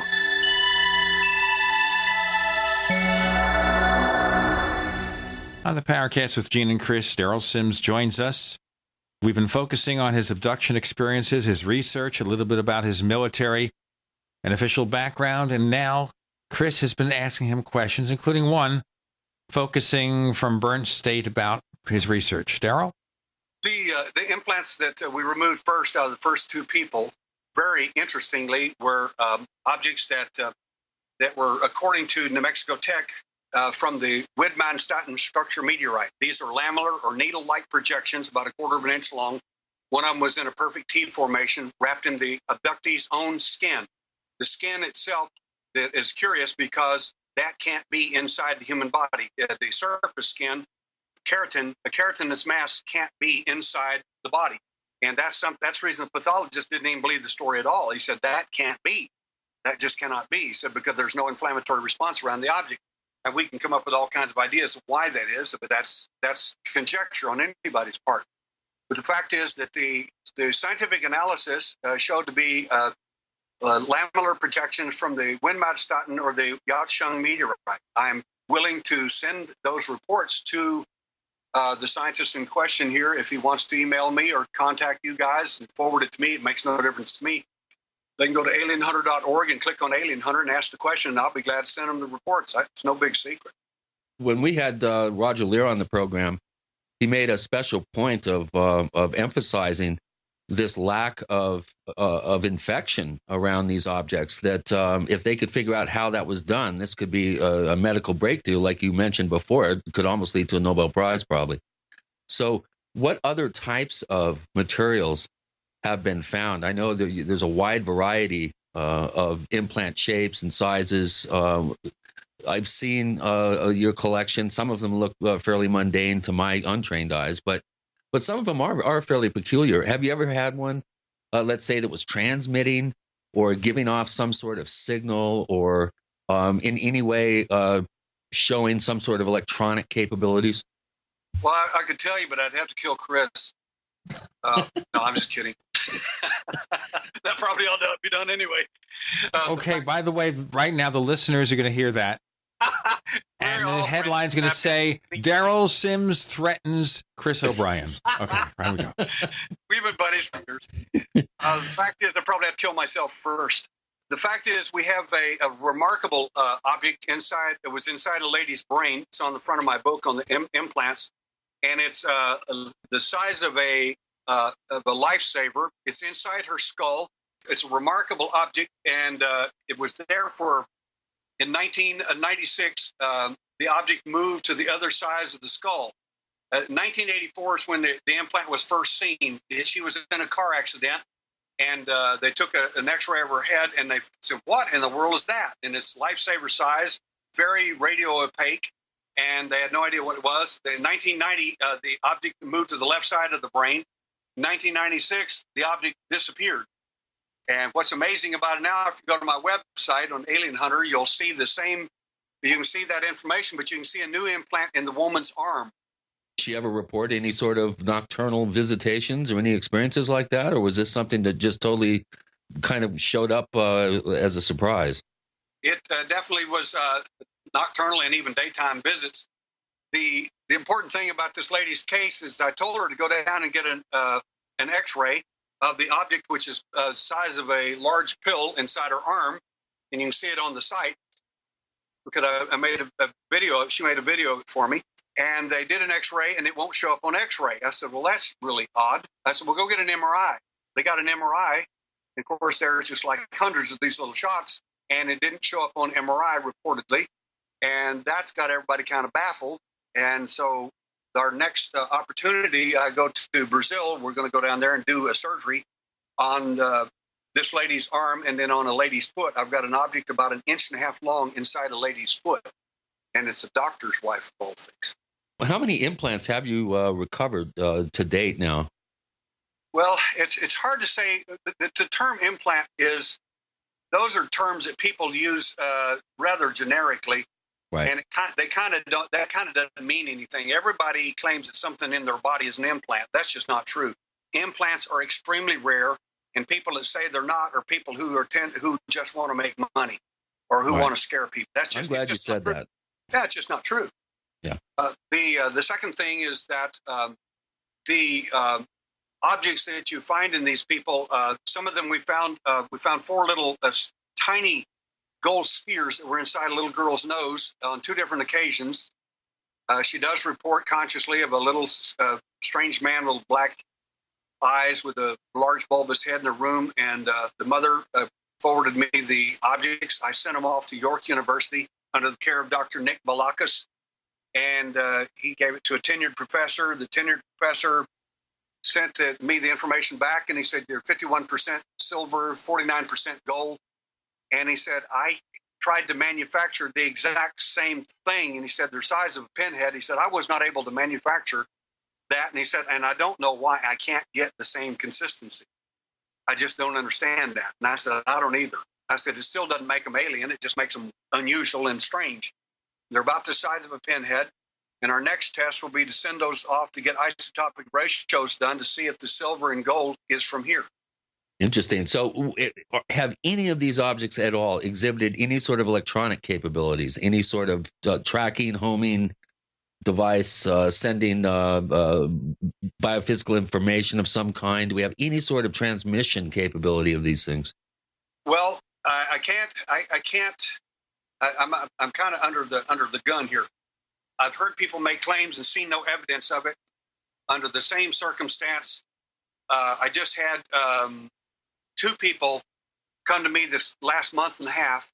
Both are assistant attorney generals, and one of them is acting, and the other one is just retired. And the just retired one ended up one night getting 5 objects inside the back of his leg. This guy is tough as nails. He is not given to weird stories and so on. He had seen UFOs during his tenure in the military, has a very interesting background and so on. The same day he ended up with the 5 objects in the back of his leg, his sister called him the next day complaining of a leg injury. She went to the hospital and they found 5 objects in the back of her leg too. Apparently this done the same day. But what we want to do ultimately is test some of these objects under ideal conditions to see if we can, number 1, pick up any transmissions, or 2, see if we can activate them in some particular way. And that's all I can say about that. Yeah, but for prior cases over the last 30 years, I have heard some claims of this sort. Roger Lear was one person a number of years ago that made this claim, but I've never seen any corroborating evidence or any sort of, proof that these things actually exist. So if they do, you're saying they're very, very rare, and that you've never actually had some sort of device that could be determined that was transmitting or somehow was electronic in nature. No, was definitely not electronic. You'll find no evidence inside these objects that they are in fact, you won't find tech, so to speak, in these objects. If you find tech in an object, you're going to find in the vast majority of those cases, when you find them, they're going to be human-related, human manufactured. Right. That's a rather disturbing thought. Yes. Especially if you don't know it's there. Wow. We have a bunch of questions here, and here's another interesting question. This comes from Eric the Red, who's one of our recent signups at forum.theparacast.com. He wants to know if you screen people in your questionnaire to determine if they've have some sort of ascribed supernatural or paranormal causes of a non-UFO nature prior to hypnagogic or hypnopompic states of paralysis and lucid dreaming. In other words, if an abductee is already predisposed to engage in false attributions, doesn't this demote their credibility in your mind? His follow-up question would be, what methods do you use that would capture evidence for confabulation and false attribution, which you kind of already stated, but how do you separate the wheat from the chaff here and determine a person's predisposition about what they claim is happening? By and large, many abductees, and I have online support group, for this. By and large, most abductees do not want this experience, and they don't go around bragging about how I just got abducted again last night and so on and so on. In our support group online, it's real interesting because if you get on there and you're not really an abductee, that's going to be found out like very quickly. Or if they find out that you're a wannabe, and they'll simply remove you from the site. But for me, I use a series of things. I'm a handwriting analyst. One of the things I'll look at while you fill out your forms, and I'm monitoring you during using this technique of determining whether you're lying, telling the truth, or even hallucinating. I'll look at your handwriting, and in that handwriting analysis, if you have an ability to exaggerate or to lie, confabulate, and this sort of thing, it shows up in your handwriting as well. We'll talk about more of this in a moment with Derrel Sims and Gene and Chris. You're in the Paracast.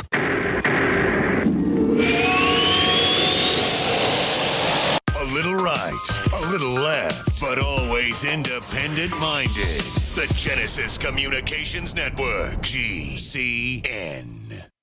Hi, this is Ted Anderson. If you'd like to listen to GCN programs on the go, I have great news. GCN has created a Droid and iPhone application, and it's free. Just as easy as going to GCNlive.com, click on the banner, and download. Before you know it, you'll be listening to your favorite hard-hitting GCN shows, live or on demand, right on your Droid or iPhone, 24/7 and on the go. So download the Droid and iPhone app free by clicking on the banner at GCNlive.com. Thanks again for listening to GCNlive.com. Again, that's GCNlive.com. We the people grow cotton, weave fabric, engrave ink, embed strips and fibers to protect from counterfeit and carting to a private bank, having it lent back at interest, forcing taxes to service debt. This capitalism, or was Jefferson correct when stating a central bank issuing the public currency is a greater menace to the liberties of the people than a standing army? Hi, Ted Anderson. I'm placing a free silver dollar in a book that explains our monetary system. Call for your copy, 800-686-2237. It's time to understand the system. Call 800-686-2237. That's 800-686-2237.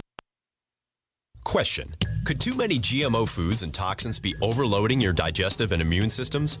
Answer: yes. If you're searching for a powerful detox that's gentle enough to use every day, use Pro EM1 from Terraganics. Pro EM1 is a powerful liquid probiotic that uses good bacteria to suppress pathogens and gently eliminate toxins from your body. A healthy digestive system will cleanse and remove toxins, support weight loss, improve absorption of food nutrients, and aid in controlling yeast and other infections. Pro EM1 is made with only non-GMO and certified organic ingredients, has no preservatives, and is dairy, soy, wheat, and gluten-free. Pro EM1 is the key to your digestive health. Order Pro EM1 Daily Probiotic Cleanse at Terraganics.com, spelled Terraganix.com, or call toll-free 866-369-3678. That's 866-369-3678. Also available through Amazon Prime. Pro EM1 from Terraganics. Life's getting better.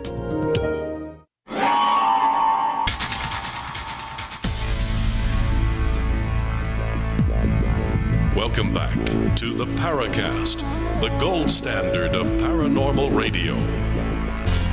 And now, here's Gene Steinberg.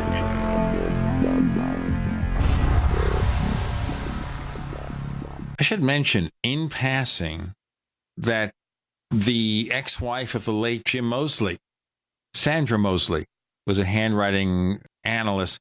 But Derrel Sims, that's kind of controversial. It's not generally recognized that handwriting analysis can deliver such characteristics of people, is it? It is. What I tell people is, look, there's no such thing as handwriting analysis being ineffective. It's only the person that was ineffective if they're not very good at it. I have 2 felony charges given to me by the DA against the case I just prosecuted. In that case, the individual forged the signature of my client as a private investigator, and I did the evaluation and the analysis on that signature and showed it to be his own.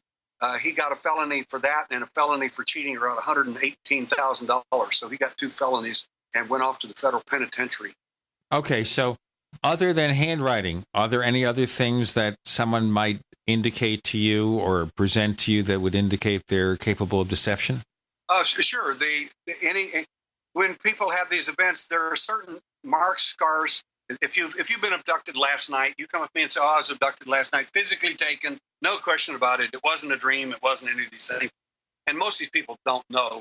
One of the things that I'll find on these people, if the event was very, very recent, is a fluorescent marking on these people. It's like as if the alien produced a sweat, and it leaves an impression on the skin of the individual, on the abductee or contactee, in which it'll penetrate the skin subdermally, and you can't get it off. You can't. I discovered this in 1992, but you can't get this stuff off anything. I mean, it'll finally, the body will absorb it within a day or two. But that's another marker that we look for. There are a dozen markers that we look for, but we just don't tell people because we don't want them to know. Right. Yeah, that makes They're sense. real, they don't have to know. Yeah. How often do you have people contact you in a timely manner? Someone that you, let's say, are not familiar with, who is referred to you, or people that you're already working with? Do people generally, are they able to recollect right away that something has happened? What do you counsel these people? This is a question from Steve C. At forum.theparacast.com. You know, do you, when you work with families involved with abduction, what do you tell them? And do you give them any suggestions to help them prevent these events from happening? Or do you have a hands-off kind of approach? Well, I'm very, very concerned about these people because my work is philanthropic. I don't charge them a dime for anything. No one's paid for their surgeries or any other thing that we've done for them in the UFO realm. I don't charge these people because I went through the same thing myself, and I just have no compunction at all to charge them anything for anything I do. Well, I don't care whether it's therapeutic or in any other way that I work with them. So, or whether we have doctors and everything, I get them to volunteer. But one of the things that we do with these people is to advise them. I have an all-black family back in Pennsylvania as an example. Again, I talked to the lady over the phone, and she was referred to me by a very fine man up in Canada.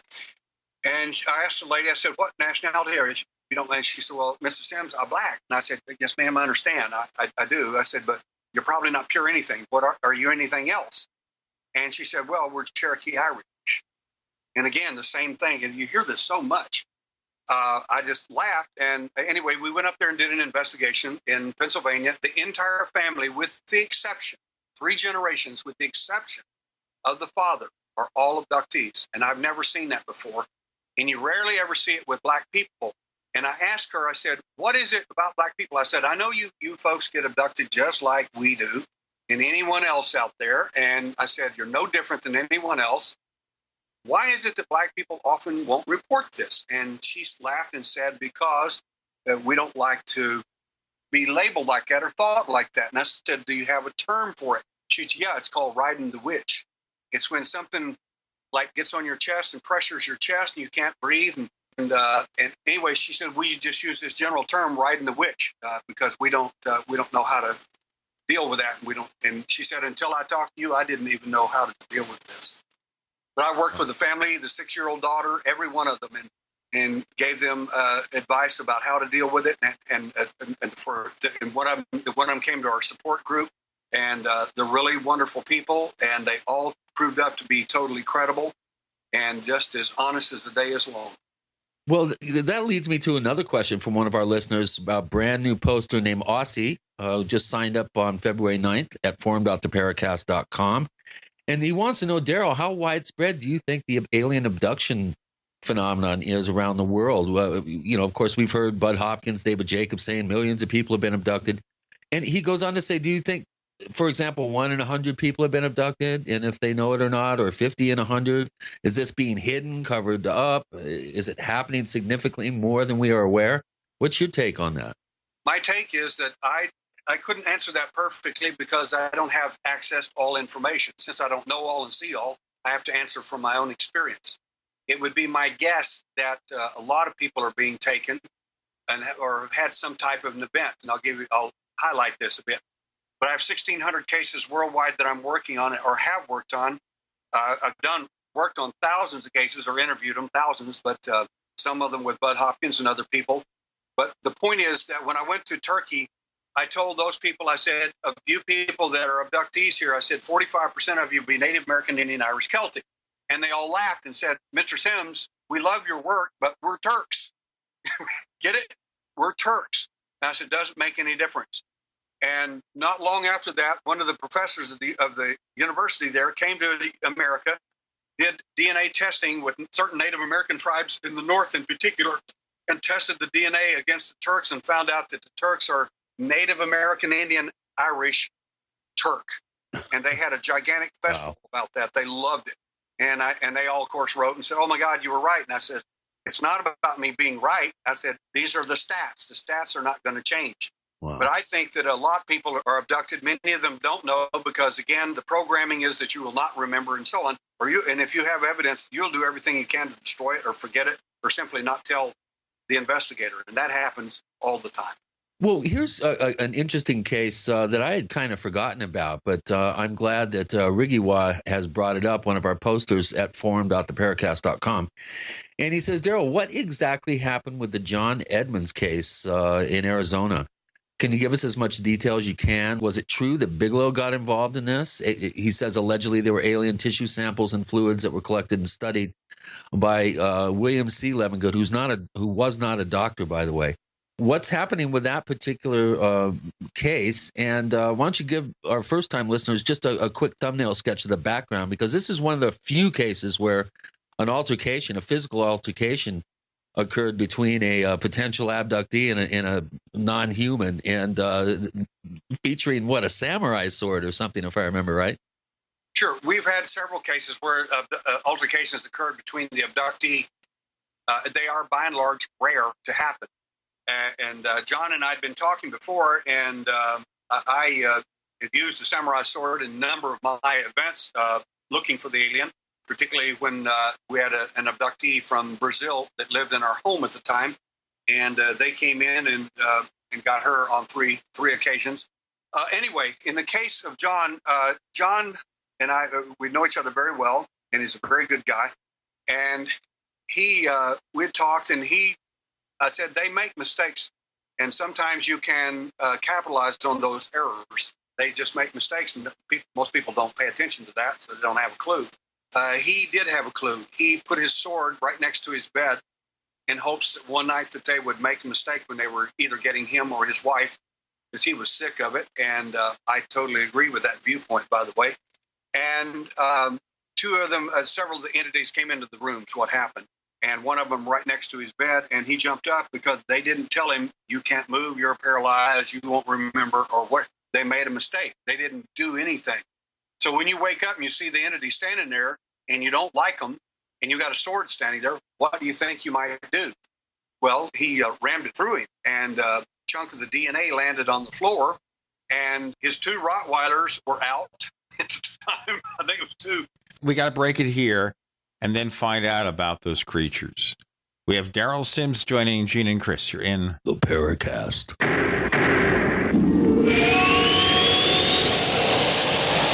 Neighbors, are you tired of dealing with a slow web hosting provider? Well, check out A2 Hosting and their screaming fast Swift server platform. They even have SSDs that load pages 300% faster than the competition. Ready to give your site a speed boost? Well, tell you what, neighbors, head on over to a2hosting.com. That's A2, that's number 2, a2hosting.com. Check out their Prime hosting account. And get this, neighbors, they're even giving you an exclusive 25% off discount for all our listeners. 25%. And remember, their Guru Crew support team is standing by 24/7, 365 days a year to answer any of your questions. Now, to get the discount, use the coupon code GENE when you check out. Hi, this is Steve Spillum for Midas Resources. In 1971, President Nixon took the United States off the gold standard and put us into a fiat currency. This allowed Congress and the Federal Reserve to create trillions of dollars out of thin air. The national debt has risen to incredible heights, and your hard-earned dollars by a small fraction of what they once did. The average life expectancy for a fiat currency is 27 years. The dollar is failing and on borrowed time. When currencies fall, people turn to gold and silver because gold and silver have been real money for more than 5,000 years. It is our mission at Midas Resources to help you preserve your capital. Don't let your personal savings shrink to nothing. For important free information on how you can protect your personal wealth, contact me, Steve Spillum, at 1-800-686-2237, extension 308. Call today while we are still accepting dollars for gold and silver. 1-800-686-2237, extension 308. Make a change in your financial security today. That's 1-800-686-2237, extension 308. Great news, pure water lovers. BigBerkeyWaterFilters.com has a special discount offer for all GCN listeners. You can't do better than a Big Berkey for economy. For only 1.7 cents a gallon, a single set of filters can last for 5 to 10 years. There's none better than a Big Berkey for emergency preparedness as a backup water source. And you just can't beat a Big Berkey to remove dangerous chlorine, all types of fluoride, pathogenic bacteria, cysts, parasites, and unhealthy byproducts from municipal water. Berkey water filter systems are even powerful enough to purify stagnant pond water. For the gold standard in water filters, get a Big Berkey at BigBerkeyWaterFilters.com. And all GCN listeners get 5% off all ceramic filter systems. For details, call 1-877-99-BERKEY. That's 877-99-BERKEY. Big Berkey Water Filters, for the love of clean water. There are many things the human body can do very well, but maintaining the proper pH level isn't always one of them. That's where AlkaVision Plasma pH Drops can make a world of difference. AlkaVision Plasma pH Drops helps your body do what's natural. Just a few drops a day helps rid your body of harmful waste and acid while promoting health and restoring vibrance and energy. Alkalizing boosts your immune system and can help fight headaches, irritability, cramping, and insomnia. Alkalizing also helps the body fight depression and even bone loss. To learn more about the importance of alkalizing and how you can find life-changing and vital balance, please visit AlkaVision's brand new website at alkavision.com. Same great products, but now easier to use and more informative than ever before. To get your very own plasma pH drops for just $29.95, call 800-518-7615 or visit alkavision.com. That's ALKAvision.com. Alkalize your body and supercharge your health at the new alkavision.com. We'd like to hear from you. If you have a comment or question about the Paracast, send it to news@theparacast.com. That's news@theparacast.com. And don't forget to visit our famous Paracast community forums at forum.theparacast.com. I love this story. Okay. Two of those creatures hanging out there. Derrel Sims, tell us more about what happened. Those creatures were in the room, and of course he just impaled one of them. His two giant Rottweilers were out, and they attacked the other entities. The next thing he notices, he's in bed the next morning. The DNA is still laying on the floor, and his two dogs have been put up like he was. That's the whole thing is rather curious. The two dogs died within no more than, I think it's 60 days. They died, and the veterinarian said they cannot assimilate protein. And of course, no one knew why. The only possible suggestion that anyone can imagine was that when they bit these entities, bit into them, they may have gotten something in them from the entity that caused the two dogs to ultimately starve to death, is what happened. Wow. So if you're an abductee, do not bite the alien. Okay, and keep your dogs away. You know, we really feel sympathy towards the dogs. It's not their fault. Well, he lost the dogs. He got the DNA. He mailed it to the DNA to Levensgood. Levensgood sent me the DNA to go further with. He had done the best work that he could with it. And in his opinion, it was literally some of the best evidence he had ever seen. And there are other people that were looking at it at the time. And at that point, I got the DNA and started collecting some of these people and doing background checks on them, seeing if we could work with these people and how well they're going to work and so on. And got 3 people, and all 3 of them bellied up on me. Okay, this is what you were telling us before about trying to analyze this DNA, and then you run into trouble. Chris, let's move to another question. Did Bigelow get involved in that case? I think he did, didn't he? He did. In fact, that's the case I was referring to, where I got a phone call from Bigelow's 2 henchmen, called themselves ex-FBI. And I said, anyway, long story short, we had some sharp words, and they said I needed to give the evidence to them. And I said, why? They said, because the best people are going to look at it. And I said, the best people are going to look at it. And I said, what makes you think that I can't get that done? And I said, and how do I know that stuff, when it gets looked at by you guys, how do I know where it went, who has it or what? Oh, we'll take care of everything. I said, that's fine. I said, but I like the buck stops here. Chris, let's move on to other questions. There's so many there. Here's one from Bobo Dean, who is one of our well-armed listeners. Anything that has to do with guns, he's generally there with an opinion. And he wants to know, he said, Derrel, you're a former military guy, former cop, private investigator. Obviously, you're armed. You probably have a license to carry concealed. Kind of paraphrasing here. If you saw an alien and you were in a position to pull out your weapon and fire on it, would you fire on it? I was in a position. I was abducted when I was 14 years old out in the desert, broad daylight, hunting rabbits in Alamogordo, New Mexico, between Holloman and Alamogordo. And I know that the abduction took place. And one of the ways that you can notice this, even when they put you back in the same exact position you were, and that it induces amnesia is what it does. The problem is I have this propensity to open my eyes at the wrong time. I've even done this in surgery, even on a general anesthetic. And I open my eyes and I realize I'm still holding my .22 rifle with 17 rounds in it. And I notice the entity is walking away from me. And I wasn't supposed to open my eyes or wake up or whatever. And at that moment, I said, what in the world? And as I thought that in my head, he turned around, he heard every word I said. And it's the first time in my life I ever saw an entity scared, ever. And he was scared because I could hear his thinking as well. He thought I was going to shoot him. I never did, but I did chase after him after I got my sense about me. And he'd gone way out in the bush and everything, and the bushes and so on, there in the desert. And I found where his footsteps stopped. So if I was hallucinating all of it, somebody left some pretty interesting footmarks from my body all the way out to where he disappeared. And I have never shot any of them, don't have any interest in that. What I would like to do is catch one of them, and I've come close 3 different times. Very briefly, before we get to other questions, you came close. Give us an example. My senior investigator, the engineer type I was telling you about, says, I get abducted every year when I go on vacation, Derrel. Why don't you just bring some investigators with you up to the Snowmass Wilderness and see if we can see them there? And I said, fantastic idea. So we went on 2 different occasions. And on one occasion, on the very last night, the 7th night we were there, everyone, I can't tell you the whole protocols, but there's a whole system we used.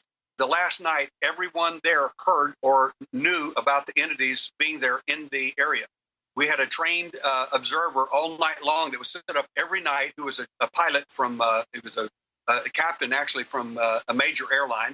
He volunteered to stay up every night. And of course, I knew the alien wouldn't walk in front of him because I wanted him to walk behind us back where our tents were. And the entity, one of the entities actually came out and actually scratched on the side of my tent.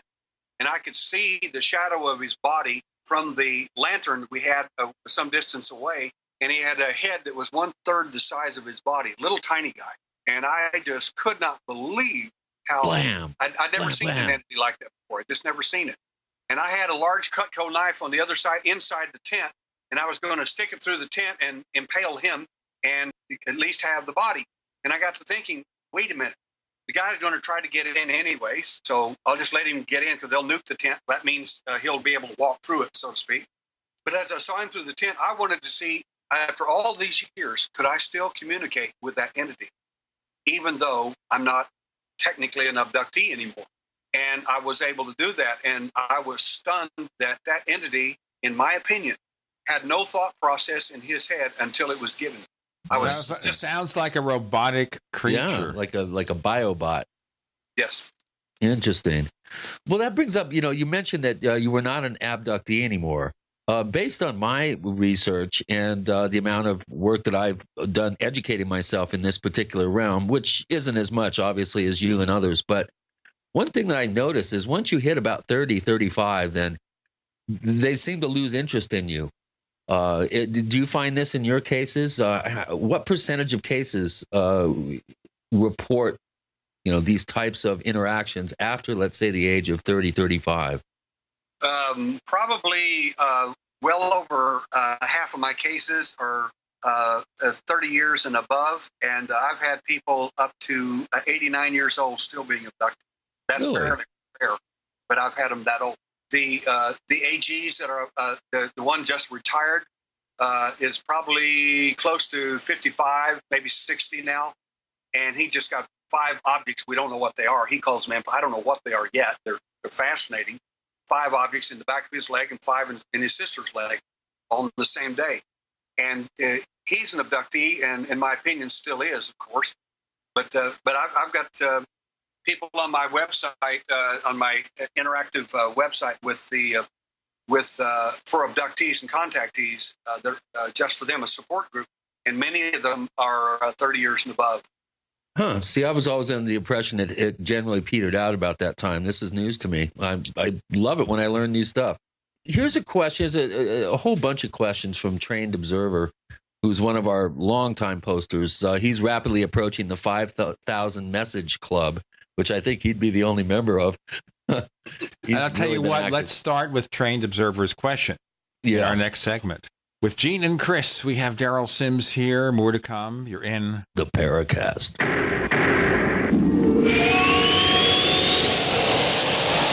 Independently leading the way for the nation. Compelling talk for every political persuasion. We are GCN. Graphic Converter is the image manipulation tool for the rest of us. It does not use any database. You get full control of all your files. Want to view the images of a folder? Drag it into Graphic Converter, and a powerful browser opens up to show your image files. You could use it for slideshows. You could use it to import images from digital cameras or from scanners. Need to do some image editing? You can do that too in Graphic Converter. Also print catalogs. Convert from so many formats I can't even list them. Download now to see if Graphic Converter is good for you, like 1.5 million other users. Guess what? You could save money when you buy Graphic Converter. Use the coupon code NIGHTOWL. Use the coupon code NIGHTOWL to get a special price for Graphic Converter. Go to lemkesoft.com. That's LEMKE soft.com. lemkesoft.com. LEMKE soft.com. We travel so much, and having a fake TV, well, it gives added peace of mind. Burglars look for houses that appear to be easy targets. But fake TV can fool even professional burglars into thinking someone is home watching television. As a recent widow living alone, it gives me great peace of mind to set my fake TV near a window and know that passing motorists and pedestrians will think someone is home watching TV when I'm actually away from home. Fake TV easily plugs into any outlet, just like a light on a timer. And they're so easy to use. You just plug them in and they're ready to go. Plus, they're so affordable that we have one upstairs and downstairs. Fake TV is only $29.95 with free shipping. Order your fake TV by calling 877-5FAKE-TV or go to faketv.com. That's 877-532-5388 or faketv.com. Fake TV, the burglar deterrent. Now you can get the same survival food U.S. Special Forces use on their toughest field missions. High-protein, high-energy, freeze-dried foods known as long-range patrol rations or LRPs. Soldiers love LRP rations. They're lightweight and easy to carry. Easy to prepare by just adding water. Easy to enjoy because they taste great. Civilians love LRPs as a solution for emergency preparedness and recreational activities with limited storage space, such as hiking, climbing, sailing, or RV travel. Veteran-owned Freeze Dry Guy is your exclusive source for this 2013 U.S. military overrun. Long on nutrition, these delicious entrees have a long shelf life, lasting decades. But this rare opportunity, this limited supply, will not last long. You have to act now. Call 866-404-3663, 866-404-FOOD, or log on now to freezedryguy.com, freezedryguy.com. It's that time of year again, and you know what that means. Cold and flu season. But don't worry, herbalhealer.com has you and your loved ones covered with our safe and natural products. Cold and flu fighters like beta-glucans, olive leaf antiviral capsules, grapefruit seed extract, HHA 4-herb capsules, elderberry power, and respirate. And don't forget about Oregacillin for the lungs, normally $34.95, on sale now for only $25. Vitamin D3 120 count soft gels, only $9. Whole body and homeopathic detoxes for the lungs, kidneys, liver, lymph, and brain, normally $26.95, now just $20. HerbalHealer.com also offers correspondence courses to teach you how to handle your health naturally. And as always, new customers get a free 128-page catalog with your order. Visit HerbalHealer.com and click the Winter Specials button to save on our natural cold and flu fighting products. HerbalHealer.com, healing the world with nature, one person at a time, since 1988.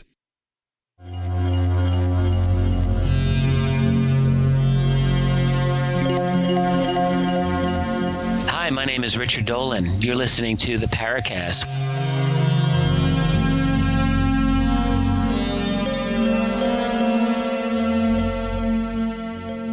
So Trained Observer, one of our really loyal posters, asks some very detailed questions of Derrel Sims. We can't get to all of them, Chris, but maybe ask a cross-section. Well, he's interested in your role in the new television program Uncovering Aliens. Now, I realize that this is a production in progress, and you're kind of handcuffed somewhat with what you can talk about. Most importantly, the upcoming shows. But give us a sense of how you are responding to how you're being portrayed and your fellow investigators are being portrayed. Maureen, Mike Barra, and the English guy who I'm not familiar with. How do you think that's actually turning out based on your expectations?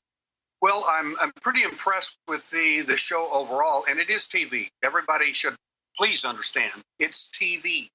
And if I were doing an investigation, is that the exact way I would do it? Of course not. I mean, it would take, you would have to have an hour show every night, just one case alone, and you'd have to go through it pretty quickly.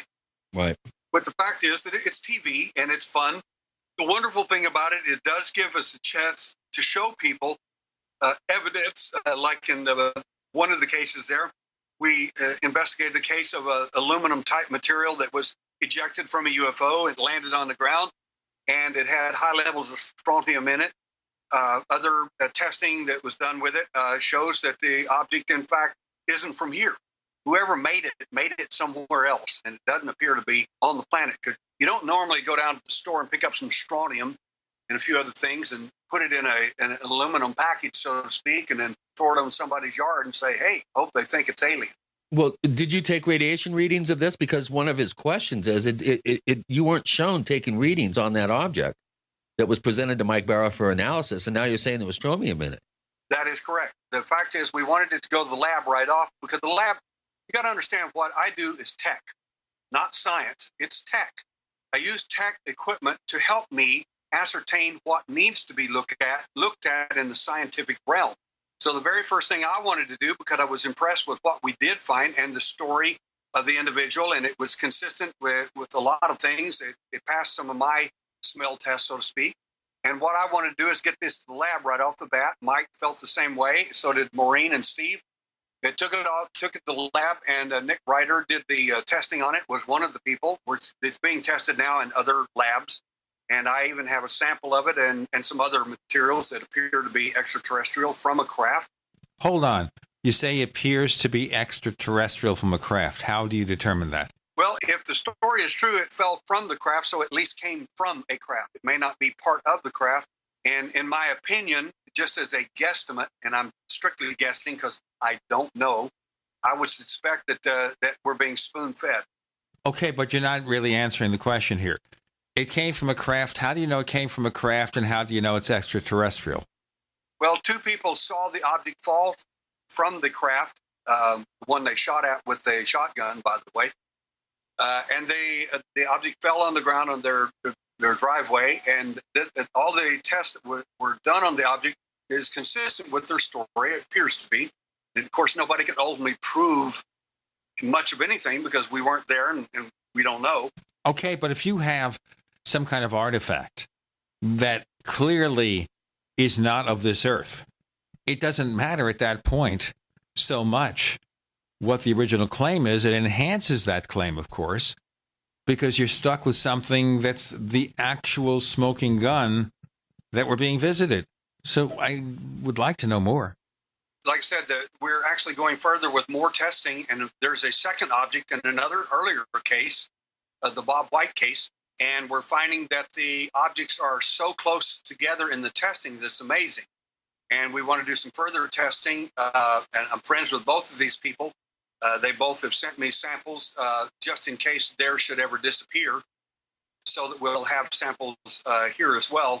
And again, we're just pretty impressed with the tests that have gone on. And Nick Ryder did a very effective set of tests on it. And these will be made public in the very near future, I believe. Is Bob White still alive? I thought he was passed. Yeah. No, he is passed away. Larry is taking over the business now and is handling all of his evidence. Listeners, by the way, if you want to find out about Bob White, we have a show where two of the guests are no longer with us, Dr. Jesse Marcel Jr. and Bob White, August 1st, 2006. Chris, let's move on with questions. And well, Derrel, just one thing before we go on. Derrel, need you to keep the answers short because we've got 1.5 segments left. Go ahead, please. Now, Mike Barra, this is another question from Trained Observer, by the way, and he says that Mike Barra is being billed as an aeronautical engineer and a major skeptic on the show. And he says, in his opinion, given that Barra is neither, what effect do you think this has on the credibility of the show? His job is to be skeptical on the show and to give a critical eye on everything that is done.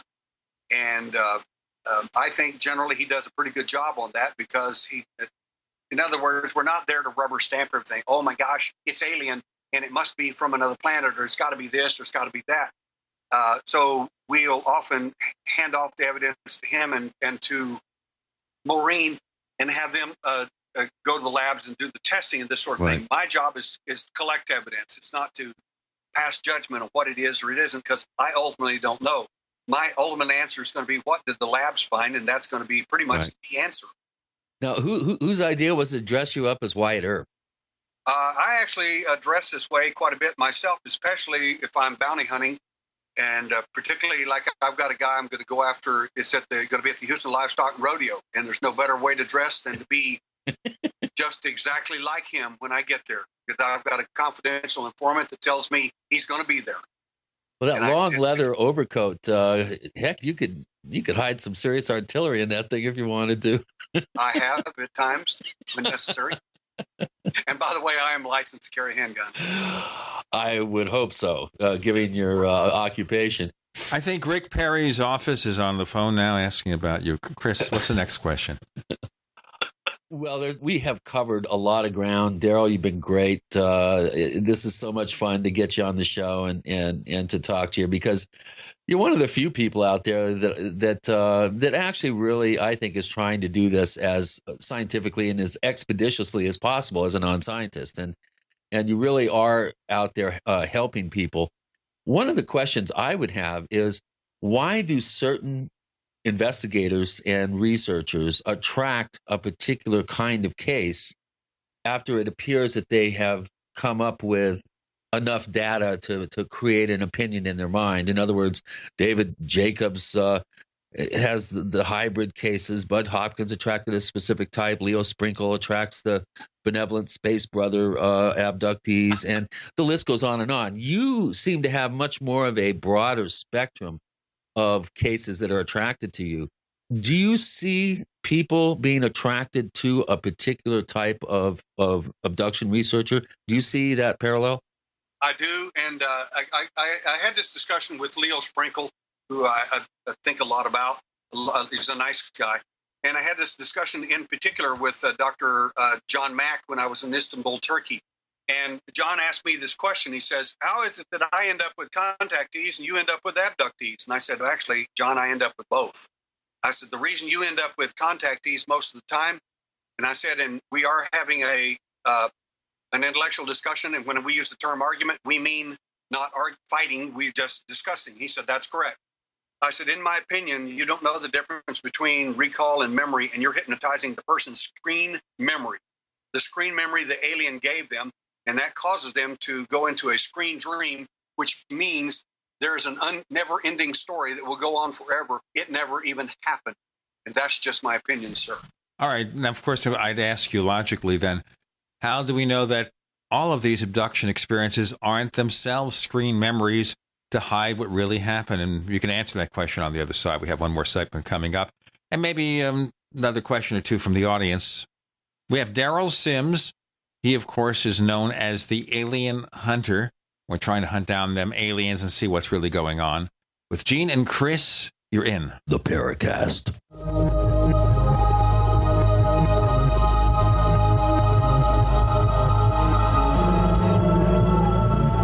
Great minds think alike. The network for the independent-minded. The Genesis Communications Network. GCN. Attack of the Rockoids has been well received by critics and readers alike. It's a thrill-a-minute story you'll never forget. A former U.S. military intelligence officer is haunted by intense dreams about a beautiful woman pleading for his help after a terrible battle in outer space. But the dreams turn out to be true and thrust him into a telepathic love affair with a woman whose faraway planet is intent on destroying the Earth. And now the gripping tale continues in The Coming of the Protectors.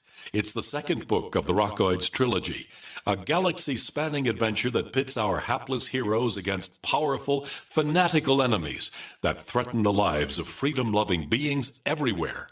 Attack of the Rockoids and The Coming of the Protectors. Classic science fiction at its best, available now. For more details, visit rockoids.com. That's ROCKOIDS.com. This alert just came in. This special announcement is for business owners and leaders of organizations who've been waiting for the right time to build.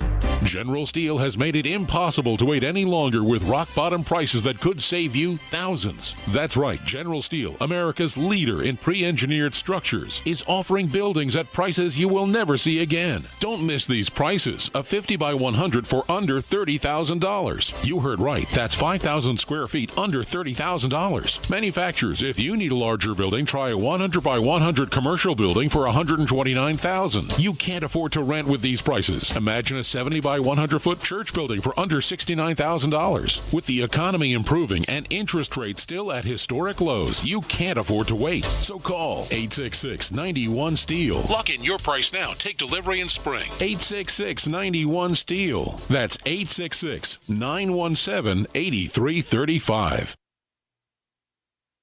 For over 5 years, you've been hearing about the Berkey guy, so you may know a few things about him. For example, you are well aware of the superior quality and effectiveness of Berkey water filters and accessories. But did you know the Berkeys have had independent lab tests done to prove just how effective they are? It's true, and he can email you the test results. Just visit goberkey.com. You may also know that the Berkey guy has helped tens of thousands of people get better prepared. Now here's something you may not know. GoBerkey.com has amazing specials and deals all the time on a wide variety of survival and preparedness products. Most ready to ship same day. Visit the Berkey Guy at GoBerkey.com and be sure to click the red Products on Sale Now button. You can always call toll-free 877-886-3653. Again, that's 877-886-3653.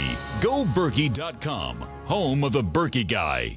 Many Americans suffer from poor digestion, which can adversely affect their health. For you guys who have digestive issues, glutathione is amazingly important for inflammatory bowel disease, ulcerative colitis, Crohn's disease, stomach cancer. The glands of the stomach produce lots of glutathione. So glutathione's got multiple roles to play, and one of the best ways to upregulate, to make more glutathione, is to take the building blocks, glycine being one of the most important of the building blocks for making glutathione. Your ultimate enzymes contain something called trimethylglycine. We know it as betaine. We talk about betaine as an important ingredient for acidification, for keeping the pH of the stomach nice and low. But betaine can also help you make glutathione. Help your body build glutathione. Order Ultimate Enzymes by calling 866-735-2470. That's 866-735-2470, or on the web at brightsideben.com. That's brightsideben.com. Order today. Hello, this is Rosemary Ellen Guiley, and you're listening to the Paracast, the gold standard of paranormal radio.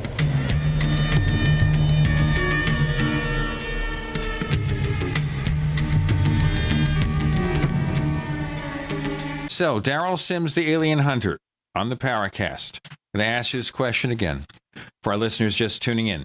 How do you know that all of these abduction experiences, or most of them, aren't themselves screen memories of something else? Well, one of the problems with hallucination is it doesn't happen to everybody the same way. That just doesn't happen. Well, screen memories means a deliberate attempt to create a memory that's false. Well, now a screen can also be a person can have a screen memory from an event. In other words, I had one case where the lady told me there was these beings around her, and that they were aliens. I said, "How do you know that?" And I listened to her story, and she was not an abductee, but she had a real event. And finally, I used some of my memory recovery techniques, and finally, at that point, she freaked out, cried and screamed and everything, and finally admitted it was her brother that was over her and that had molested her, and it was not an alien whatsoever. So in that case, it was a screen memory. It was a memory that was placed there by the subconscious to hide something that was traumatic. To protect her, absolutely. All right, but then we go back to the same story again. How do we know that something else didn't happen and that a lot of these memories of so-called alien abductions were themselves fake? Either our subconscious makes them happen, or whatever force is causing these things to happen is creating these memories. I have a document I'll be glad to send anybody to answer that question. It's quite long. But basically, I'll give you an example. A lady came to me. She was a surgical nurse, retired. Bud Hopkins and I were going to dinner, and she said, "Please work with me." And I said, "Sweetie," and long story short, she filled out my paperwork, 20-some pages long. I came back 10 o'clock at night, had to leave the next morning, and I said, okay, I'll work with you, and verified that she was a nurse and so on. And she said, there was this, she said, I divorced my husband, and it's a long story, but basically, she said, I remember this two dark shadows in the room, and I went to a hypnotist, and he couldn't get past that. I said, it's called a block. I said, sometimes we found as many as 3 of these in a person's memory. You either saw something or heard something you weren't supposed to hear or see or report. Anyway, so I went through the event, and I did something rather interesting. I took her event and I went through it backwards. And when you do that, you can't lie backwards, so to speak. That's the best answer I can give you right now.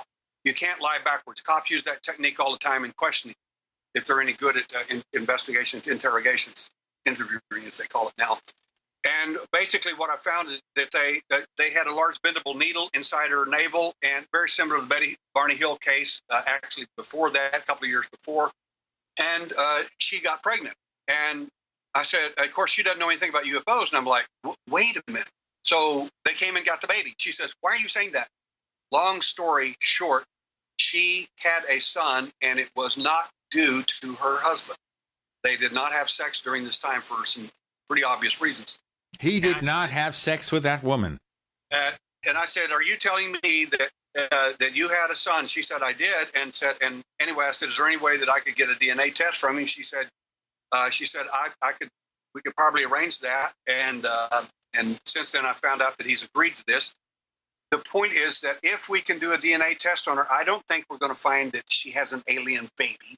I don't think that's true at all. I think in these cases, you're going to find that the father is not the daddy, but that's not going to interest anybody because they're going to say, well, she's just sleeping around.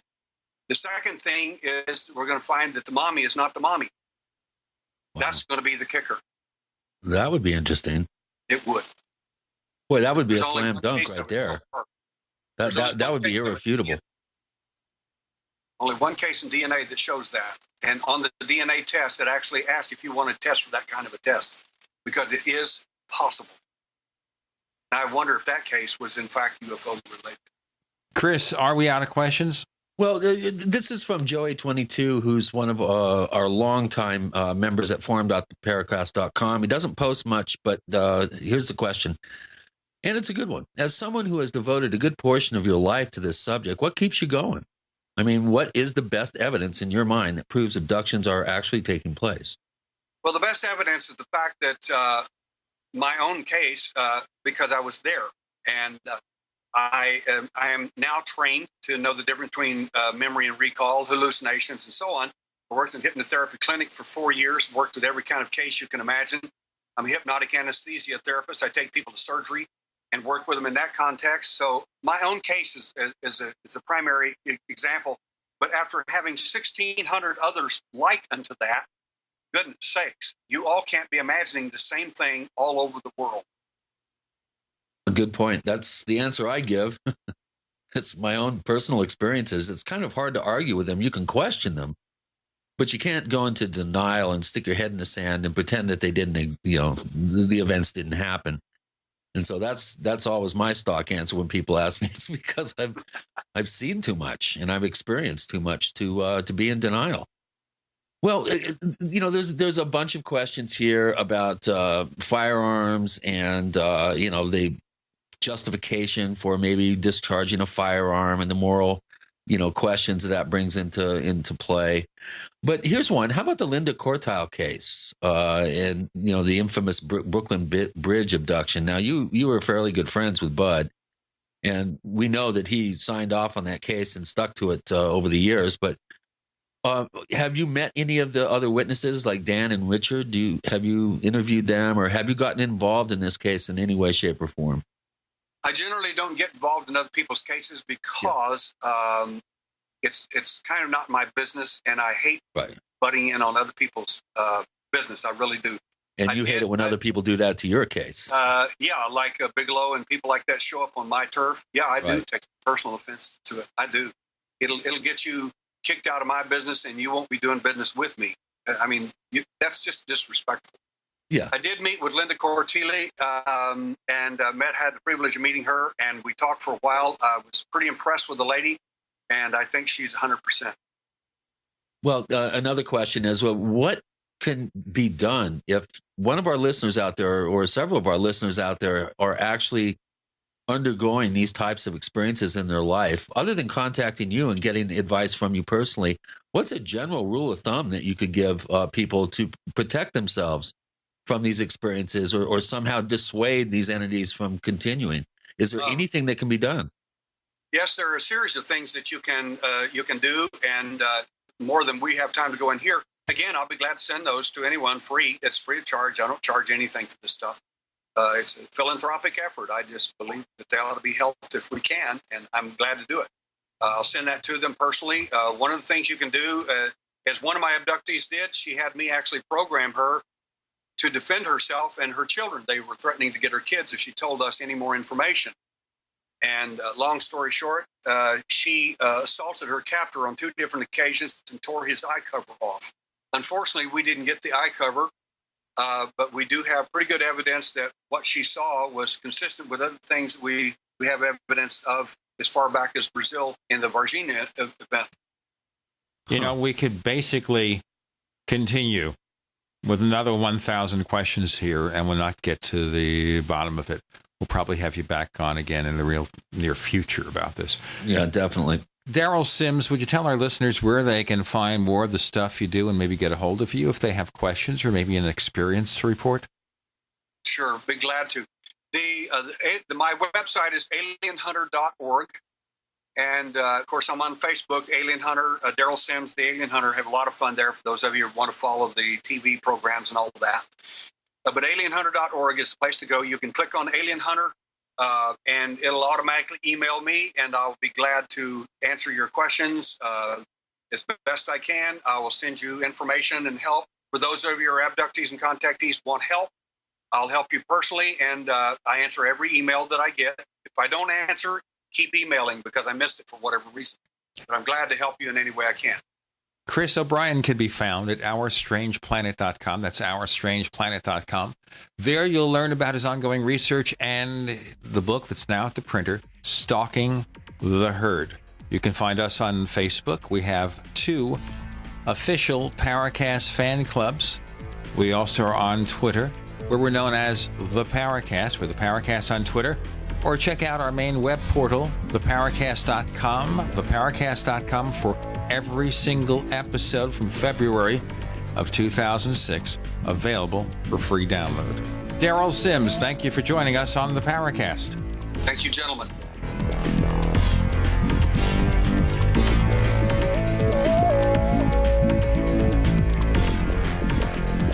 The Paracast, featuring Gene Steinberg and Christopher O'Brien, is a copyrighted presentation of Making the Impossible Incorporated. Tune in next week for a new adventure in the Paracast.